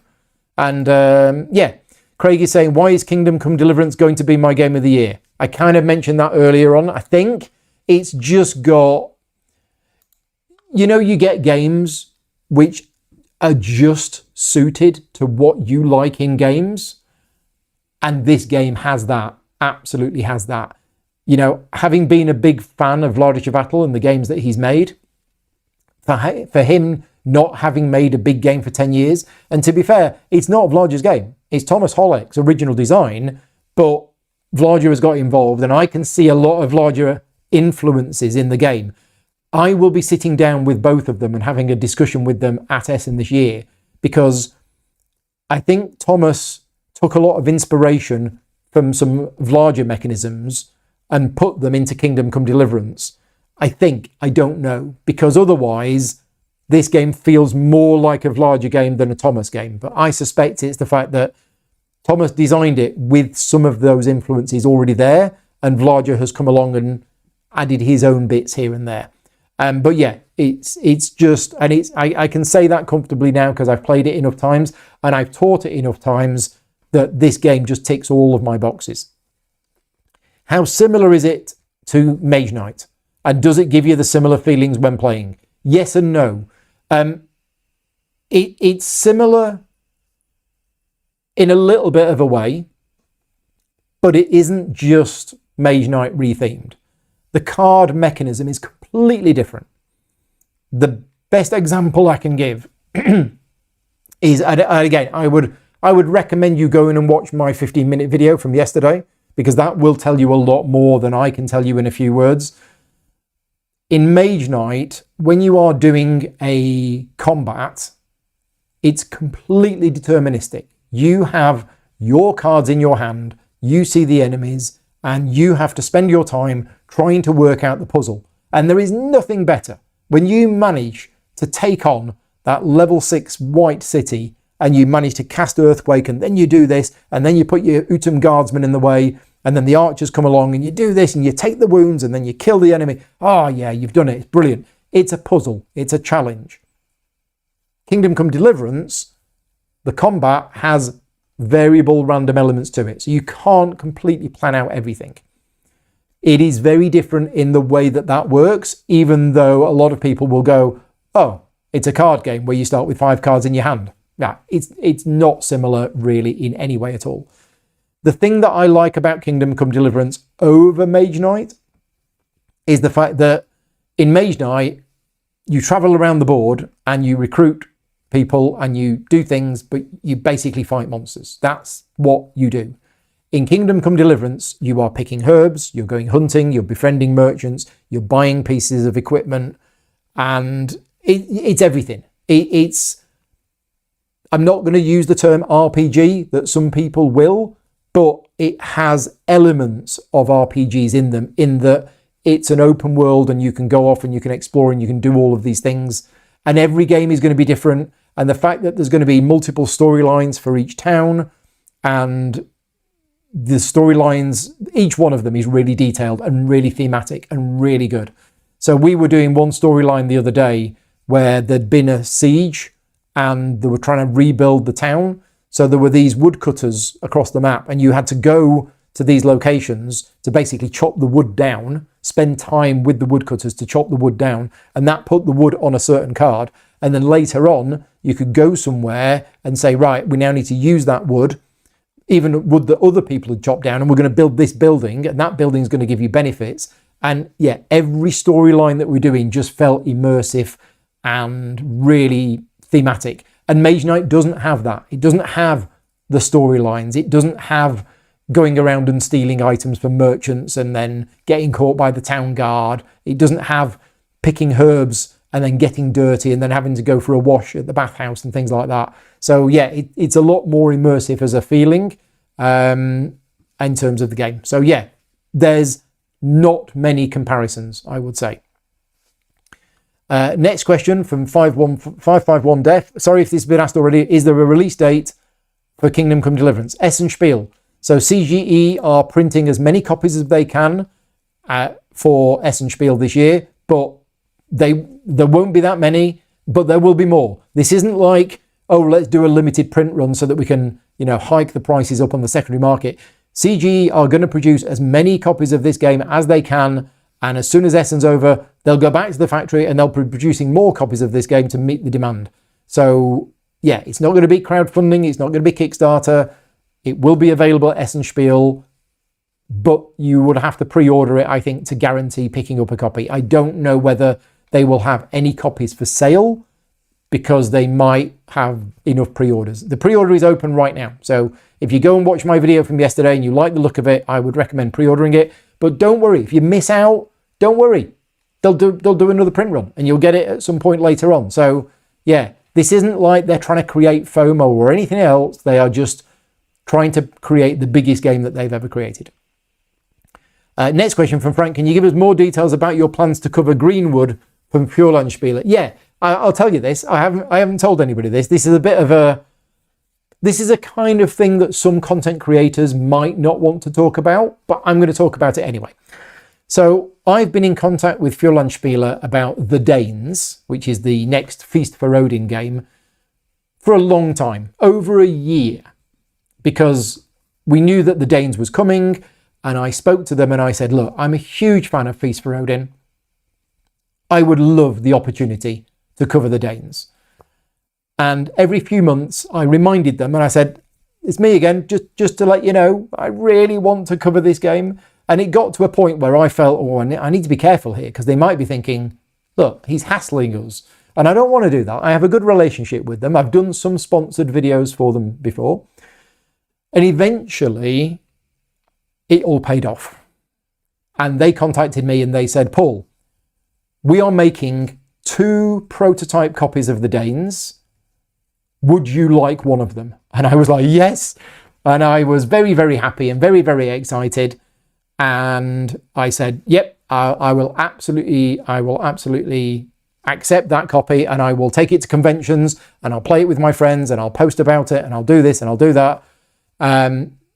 But I'd agreed to cover it for free. I said, look, I will do this and I'm not going to charge you because I'm so excited about this game. And the reason why I said to them, I'll do it for free, I'll be honest with you here. The reason is they probably had lots and lots and lots of other content creators contact them and say, we want to cover the game. We want to cover the game.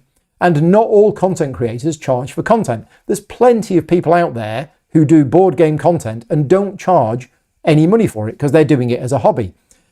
And I was thinking, what happens if they've got 50 people all saying, send us the game and we'll cover it for free? And then I come along and I'll say, I'd like to cover the game and it's going to cost you this. I thought, So in order to increase my chances of getting a prototype of the game, I said to them, I will do some coverage for this game for free. Now I have done 2 playthrough videos of this game already. They are available for my Patreon supporters. The reason why they're not public is because they were very rough. I didn't feel that those videos were of a sufficient good enough quality to be on the public channel. So right now, I haven't done a public playthrough of the Danes. I have done some for my Patreon supporters, but I haven't done a public one yet. Anyway, I had an email a week and a half ago from Pure Landspieler that said, hi Paul, I hope you're still enjoying the Danes. Would you be able to create another playthrough video for us? And what would be the cost? They were offering me money to do a playthrough video of the Danes. And I went back to them and I said, hang on a minute. If you look back at my emails to you, I said, I will do you coverage of this game at no cost.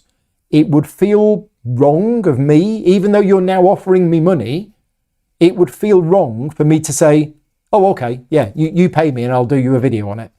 I didn't feel comfortable with that. So I said to them, you've got another game coming out this year, haven't you? Greenwood. Now, as I mentioned earlier on, when people said what games to look out for at Essen and which publishers to look out for, Pure Landspieler have pretty much consistently made games that I really like. They have done some fantastic games over the years. So Greenwood might be a good game, it might not, I don't know yet. But I said to them, I tell you what, I said, if you pay me to do you a video on Greenwood, I will then do another video on the Danes for free. And they said, yeah, sure, we'll do that. So that's what I've done. So I've agreed to do a paid playthrough for Greenwood And on top of that, I will do another playthrough video for the Danes. So there will be a public playthrough of the Danes coming to the channel at some point, probably middle of September. I need to get back from Tabletop Scotland. I don't think I'm going to have time before Tabletop Scotland, but I felt that was fair. As I say, I felt that it would feel a bit wrong for me to charge them for doing a video on the Danes when I said I'd do it for free. So that's why I'm covering Greenwood. And to be fair, I would have wanted to cover Greenwood anyway because it's a game from Frühlandspieler and they've got really good tasting games. Right, next question from Smartfish. What is your favourite Captain's Chair deck to play for thematic reasons? Oh gosh, it's actually been quite a few weeks since I've played Star Trek Captain's Chair, but we're talking about thematic reasons, not mechanical. So we're not talking about my favourite deck to play, which to be fair is probably the easiest deck to play because then I can just enjoy the game without getting confused with stuff. Oh gosh, out of all of the ones that I played, for thematic reasons, I'm trying to think. So there's Picard, I played Riker, I played Giorgio. I mean, they're all very good. David and Nigel and Adam have done a fantastic job with designing every deck so that it feels really thematic. The Sealer deck is really thematic because you've got lots of ships and you're trying to take over the neutral zone. Koloth's quite thematic as well. I'm trying to think. I'm going to go with a deck that I've not played myself, and that's Rebner. Rebner is one of the funniest decks because it's all about trying to get the biggest helmet. So that's probably my favourite deck to play, even though I've never actually played it myself. Rebner is a pack-led from the series Lower Decks. Yeah. Related to this, what's your favourite piece of Star Trek media? Now, specifically, you've used the word media. So I'm going to say the soundtrack to Star Trek 2. There you go. That is, out of everything to do with Star Trek, my favourite thing ever is the soundtrack to Star Trek 2. Right, next question from Brett. Are you looking forward to coming north of the wall? I am. I've got my Parker coat and my long johns all ready. So yes, north of the wall being Tabletop Scotland. I've not been to Scotland for, I don't know, 30 years, maybe. I'm trying to think when I last went to Scotland. It was probably when I went to work at a computer centre for the civil service, which would have been mid-90s. So yeah, 30 years. Wow. Next question from Zach. How soon can you tell us about one of the new game secrets that you are keeping? Oh, that's a good question. Have I got any secrets at the moment? I mean, I probably have. How soon before I can tell you about one of the new game secrets that I'm keeping?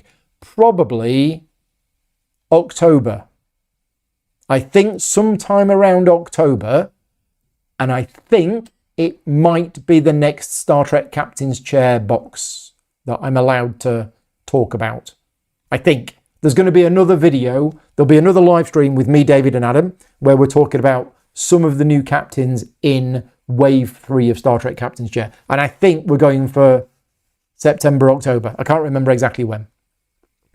Next question from Frost Station. I noticed that I enjoy bag building games, but I dislike deck building games, even though that they are very similar mechanically.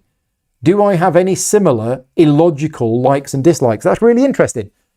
Really interesting that you don't like deck building games, but you do like bag building games, because you've said that they're similar mechanically. They are identical mechanically. Absolutely identical. So maybe it's a tactile thing. Maybe you like tokens in bags and drawing them out rather than cards. But yeah, correct me if I'm wrong here, but I think that they are exactly the same mechanically. I think they are. Do I have any other illogical likes or dislikes? The only one that comes to mind, and I talked about this in the most recent video log, is I absolutely detest blind bidding in games. And even more than that, I detest blind bidding where if you bid 7 and I bid 6, I lose my 6 and I get nothing. So I'm like, well, hang on a minute. I've just bid 6 and I get nothing because you bid 7. And conversely, if I bid 6 and nobody else bids anything and I lose 6, whereas I could have got it for 1. So I absolutely detest blind bidding. However, I played a 5-player game of Cuba Neo at Manacon a few weeks ago, and it has that exact mechanism in there, and it wasn't a problem whatsoever. And I'm like, why wasn't it a problem? Probably because I never got screwed.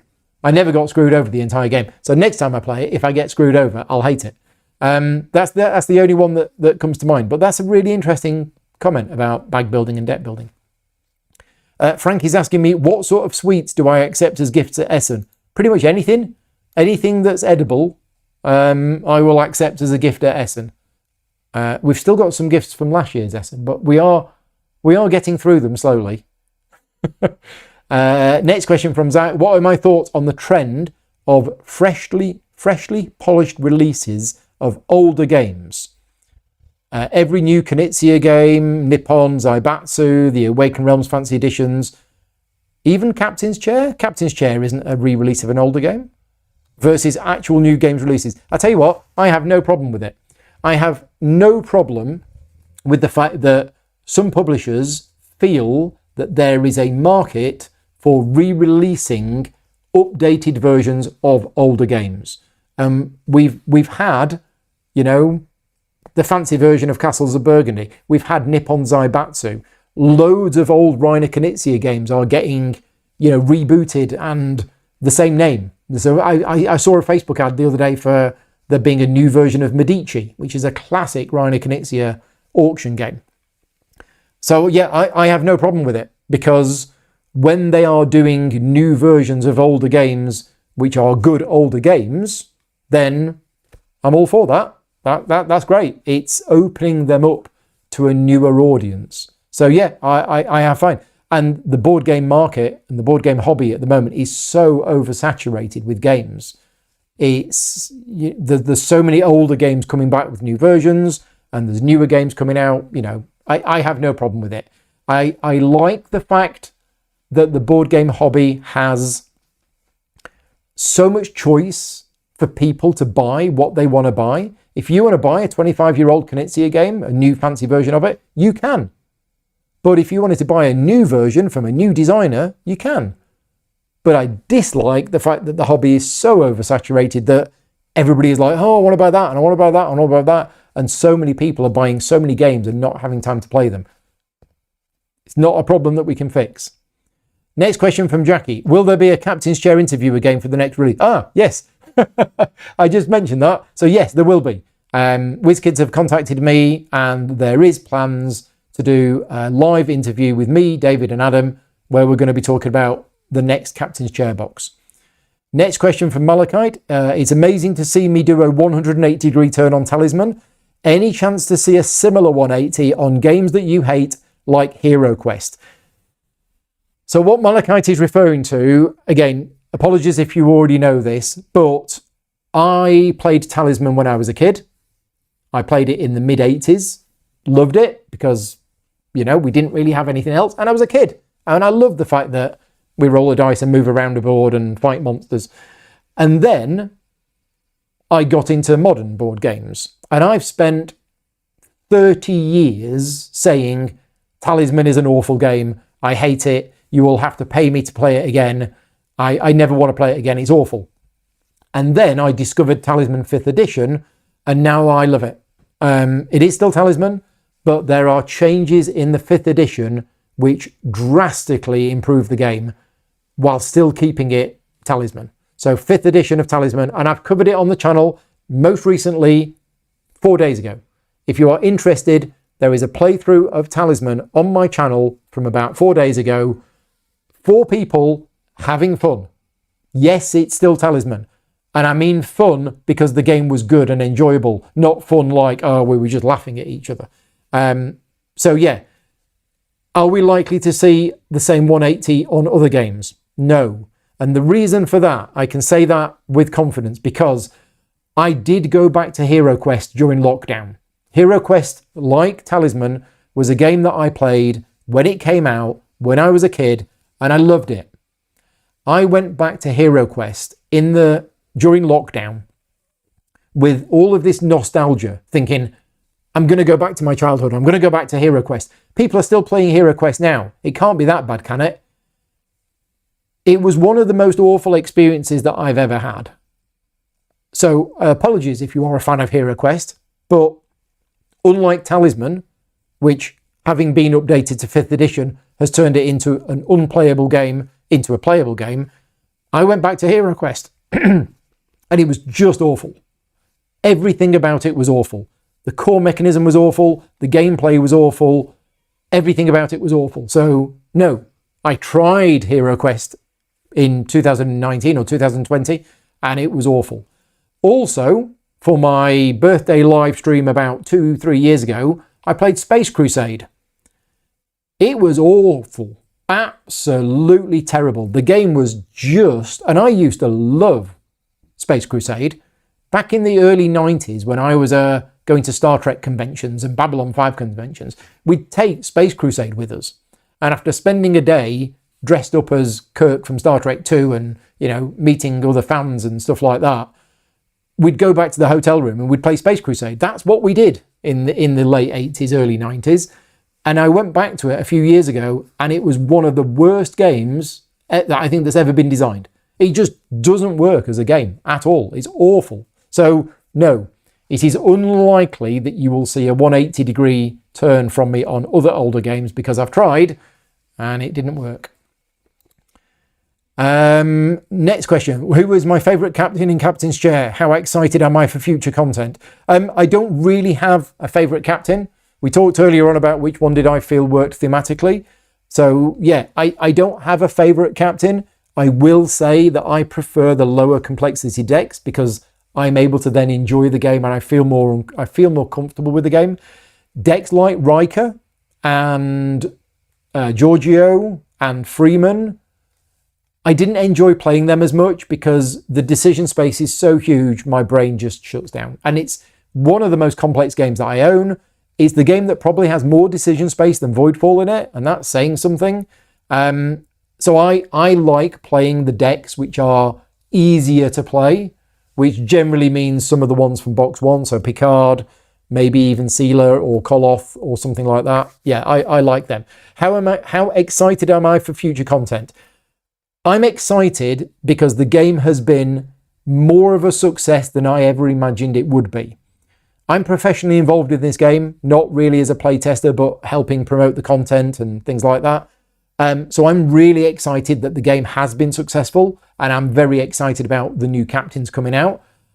I'm not excited about, there's new captains, and I'm not really excited about playing those new decks because I think I prefer just playing the lower complexity decks. I think, but it'll be interesting to see what they've done with it. Maybe the question was, any chance of getting a solo play from Revenant if my Patreon supporters vote on it? I mean, I want to try the solo mode for Revenant, but every few weeks I will do a solo play like I did this Sunday, and it's my Patreon supporters that vote. So if my Patreon supporters vote on Revenant, then it will get a solo playthrough. But yeah, Endeavour Deep Sea won the vote on Sunday, so that's what I played on Sunday. What game would you love to play with Vicky, but you know she probably never would? What game would you love to play with Vicky, but you know she probably never would?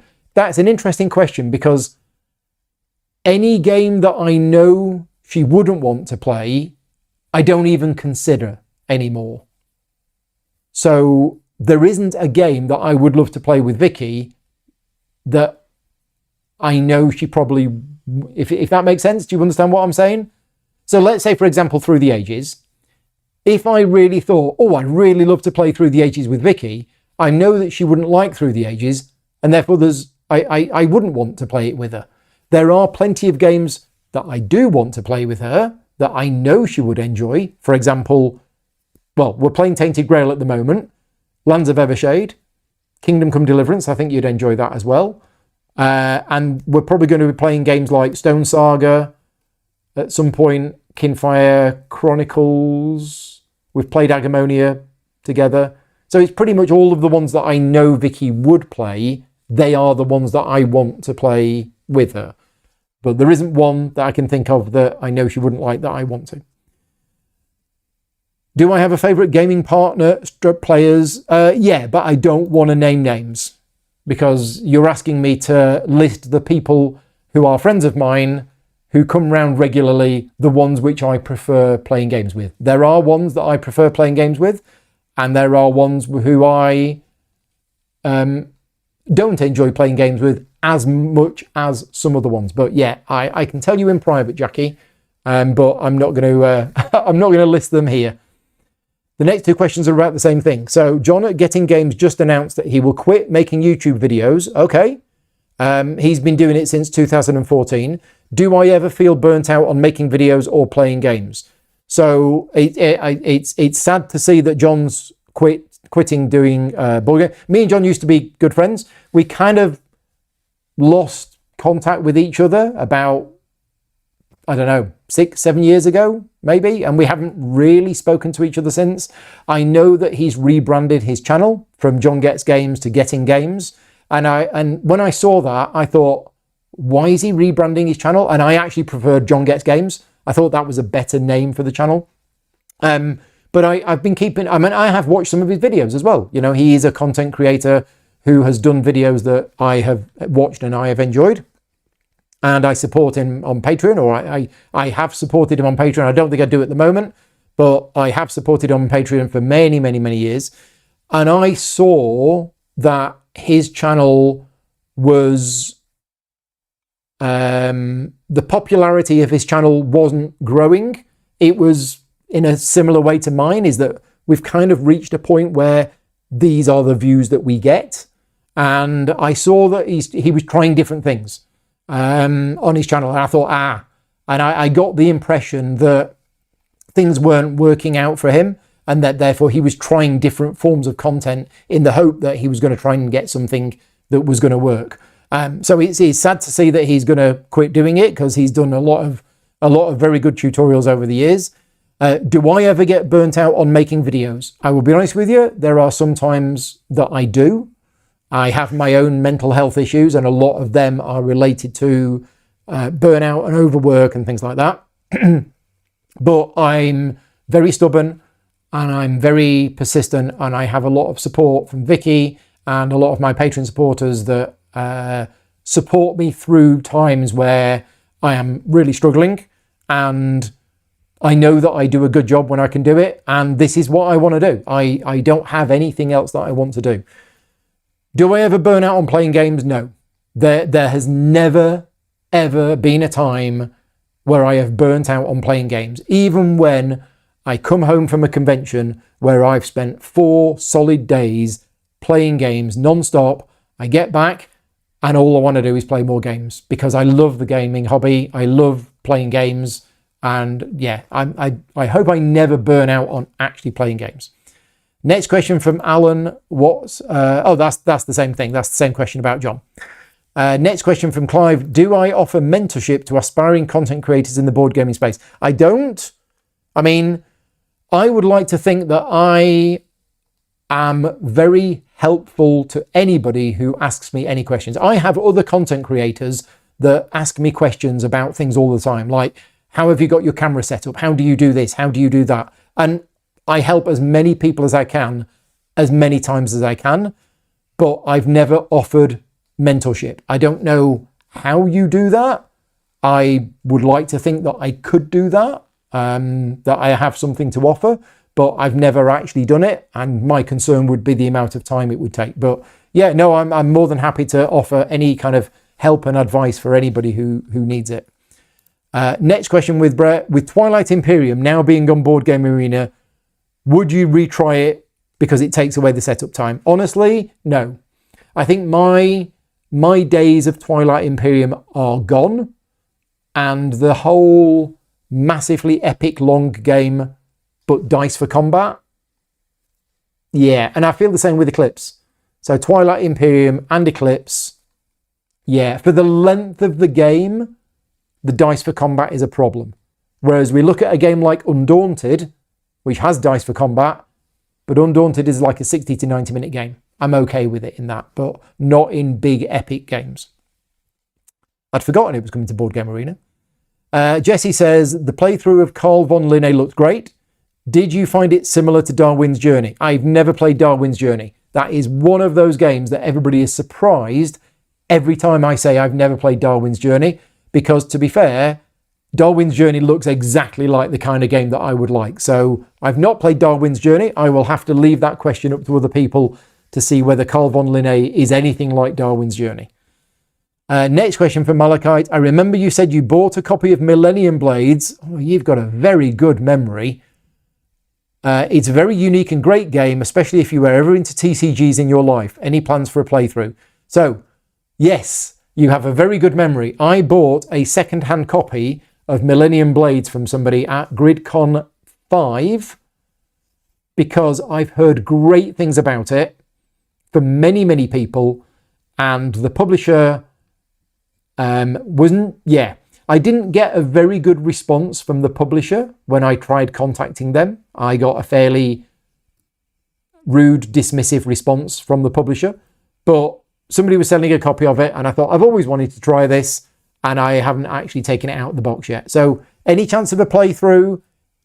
Tricky, because I haven't even had time to play the game yet. And as much as I want to, it's just a case of me having the time. And I'll be honest with you, if I've tried contacting a publisher and I've had a very rude, dismissive response from them, the likelihood of me doing a playthrough of one of their games on my channel, I don't know. I would feel that I shouldn't do that. I don't know. Am I wrong? Am I wrong with that feeling that if a publisher has been rude to me, I'm not going to do a playthrough of their game on the channel? I don't know that because I don't want to. As far was I ever into TCGs? Yes. From 96 to 99, I played Magic the Gathering and I ate and I slept and I worked. And that was it. My entire life was Magic the Gathering. I was going to tournaments 3 times a week, every single weekend. I was in the top 50 ranked players in the UK. I took part in the Nationals. I was a DCI level 3 judge.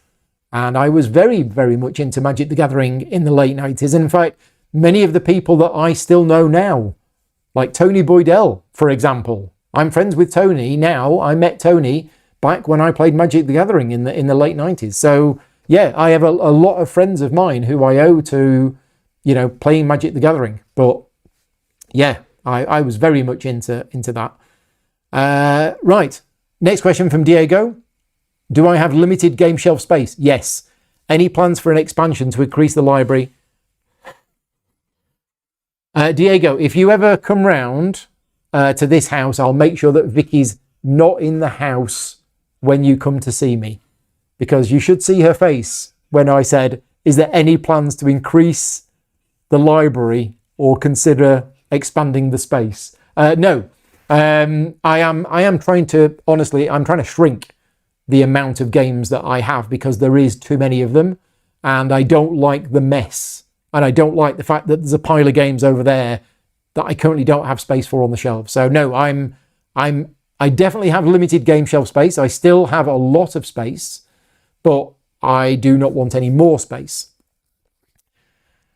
When am I going to announce the best games of 2025? That's a very good question. This is a question from Vitlon, and this is the fact that it is now coming to the end of the summer, and I haven't yet done my top 10 games of 2025, which I said I was going to do in the summer, but I say that every year, and I end up doing it at the end of December. But I don't want to wait too much longer, but I know my schedule for the next 3 or 4 weeks is absolutely packed. I'm not going to have any time in the next 3 or 4 weeks. But I will try in September to do my top 10 games of 2025. Galactic Cruise is number 1, I think. Now, let's just have a look. Did Galactic Cruise actually come out in 2025? Because I know it was going to be my number 1 game of 2024.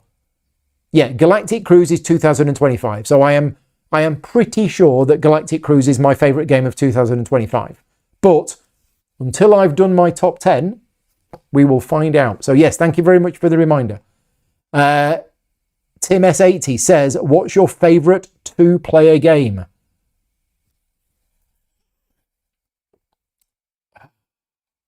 Probably, and I don't play this anywhere near as much as I want to, but probably Netrunner. Netrunner is something very special, and I have played hundreds of games of Netrunner over the last 30 years, and it is an astonishingly good game, and it is the one game where I embrace the stress. The stress of playing Netrunner, both as a corp and as a runner, is like nothing I've played before. It's like nothing I experience in other games. And you might think with my anxiety related issues that playing a game like Netrunner is going to trigger all of that. It's a different kind of stress. I compartmentalize it, and it's so good. Yeah, Netrunner is probably my favourite two-player game of all time, I think. Next question from Goodberg. I have not caught up with you on Earthborn Rangers. Did we finish it yesterday? We did. We finished it after 19 sessions. How am I feeling about it? And will you guys be going for the expansion Legacy of the Ancestors? We talked about this a little bit. We do both want to play Legacy of the Ancestors, but it's just a case of time. I talked earlier on in the show today about the fact that I had to take approximately 60 hours off paid work. Now, if you can imagine how much that would be for you, that's literally 2 weeks of work. I had to take that time off my paid work to do Legacy of the to play the Earthborn Rangers campaign. It would be about the same time for me to do it again. And you might think, well, why don't I just do it now on Tuesday afternoons? Well, I'm starting Isofarian Guard. So starting in a couple of weeks' time, Tuesday afternoons, every couple of weeks is going to be Isofarian Guard. And that's going to take us about 2.5 years to play, we think. After that, maybe we'll go to Legacy of the Ancestors. I mean, I want to. I really do want to, because I've heard it's better. But it's just a case of not having enough time. So we did finish it.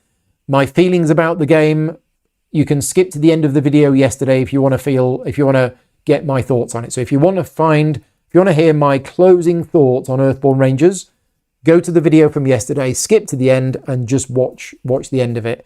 But to be honest, I mean, we only summarize it. I'm glad that I've played it, is the basic thing. Next question from Frodo. How do I react to the I blame Paul when folks buy games that I present? Frodo says it gives him a slight uncomfortable twitch knowing that it's a joke. Would it be better to say thank you, Paul, instead? Honestly, I don't mind it. It doesn't give me any negative feelings when somebody says I blame Paul, because it is a little bit of a joke. We even have a channel dedicated called the I Blame Paul channel, and it's basically my patron supporters that have bought a game because they've seen me playing it. And it's I blame Paul rather than I thank Paul. You're right, it probably should be thank you, Paul, but we make a joke of it and we call it I blame Paul. Honestly, I don't get any bad feelings from it whatsoever, because my whole thing about creating content on YouTube is to help people make a decision about whether it's the kind of game that they're going to buy. And this is why I don't do review videos anymore. And I've spoken about this openly. Review videos where somebody spends 10 minutes telling you how much they like the game, I find that content personally mostly useless.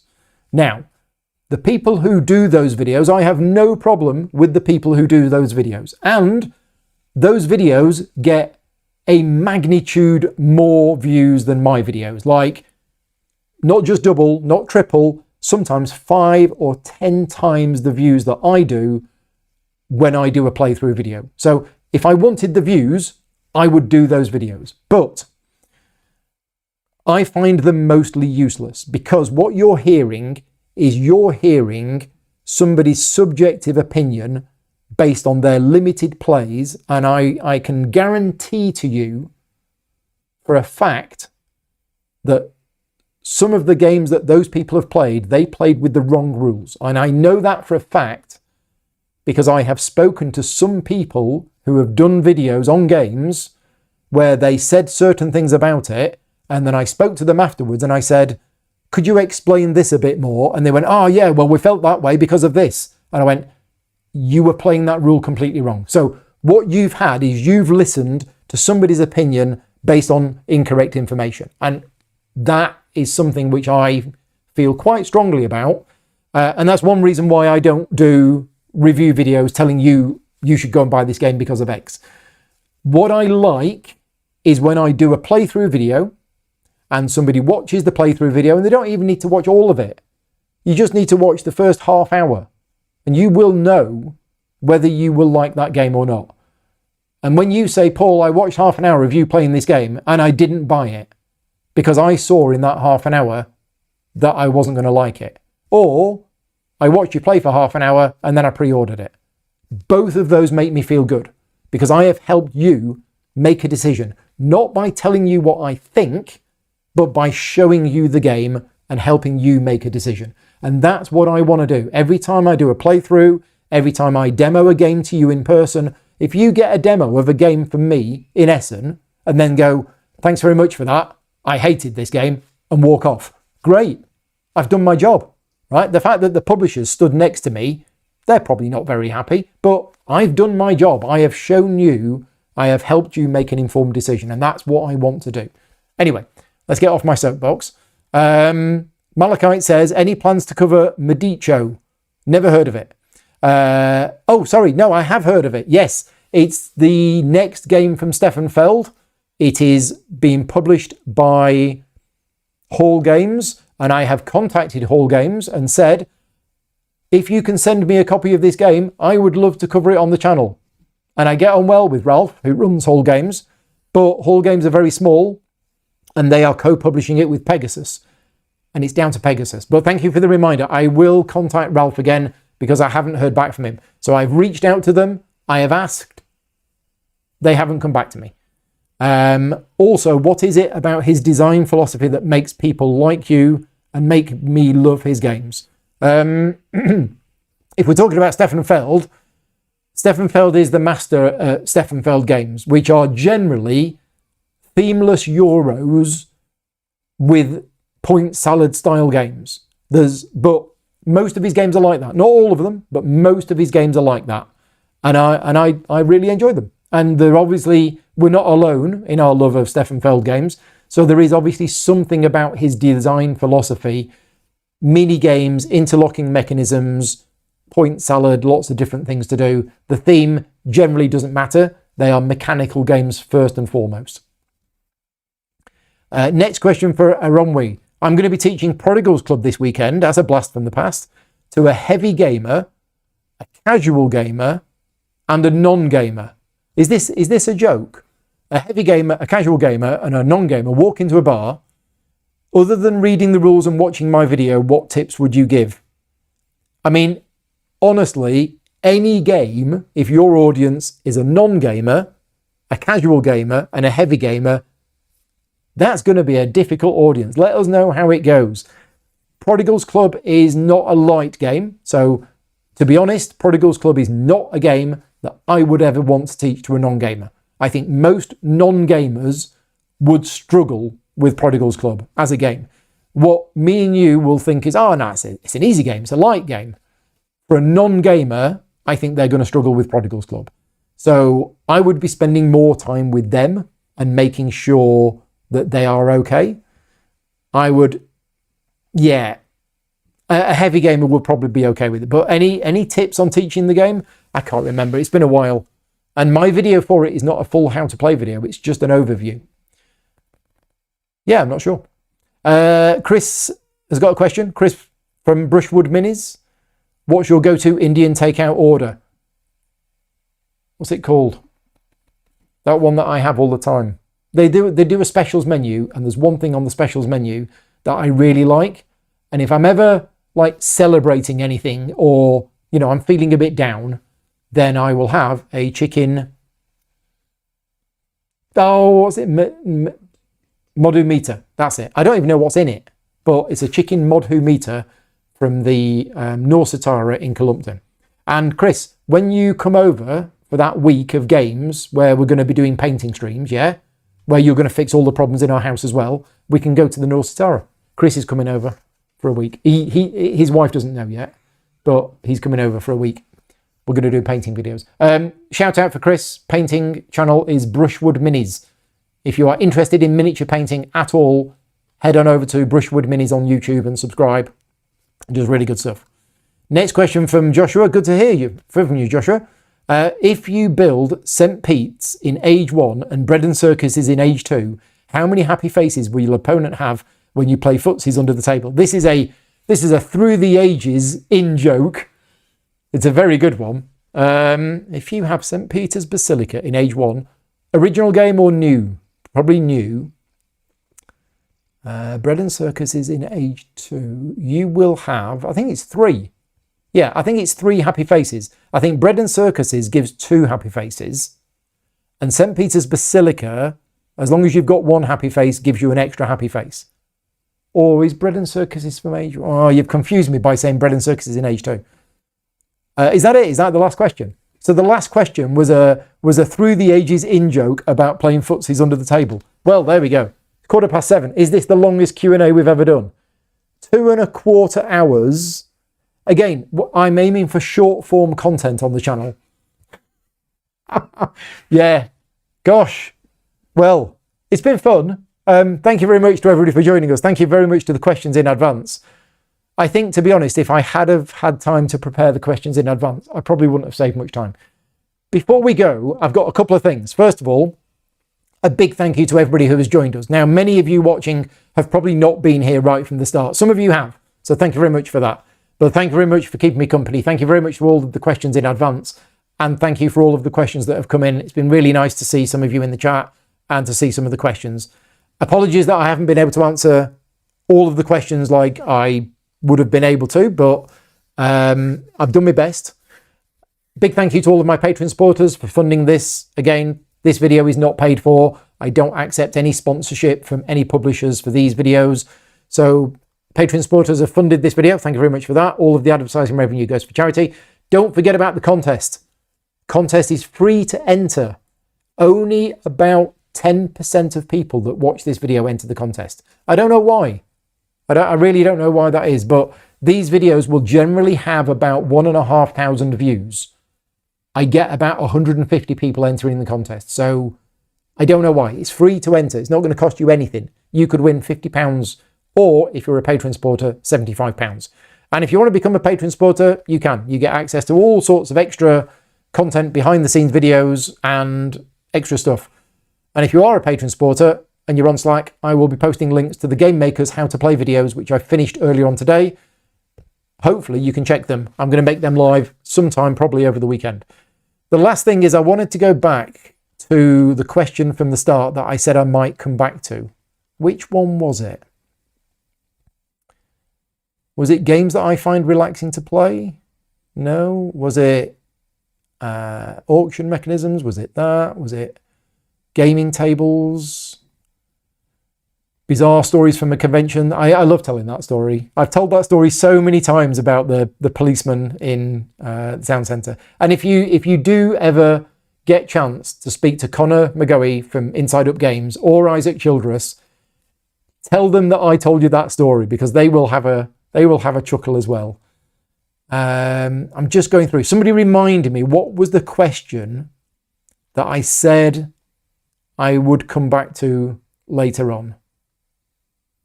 It's going to be a bit of a weird end if I don't find that question. But I'm struggling to remind myself what it was. It was definitely a question, and it was something about games that I was going to look up on Board Game Geek. It was something that I thought, I'm going to go to Board Game Geek and I'm going to look up a list of all of the games that I've played. If nobody else can remember, and you can't remember, and I can't remember, then we'll just skip this bit and we'll end the show and go for some food. Yeah, nobody in the chat is saying anything, so nobody can remember what I said I was going to go back to. Never mind. It'll probably occur to me when I'm downstairs. So yeah, let's wrap things up. Thank you very much to everybody for joining.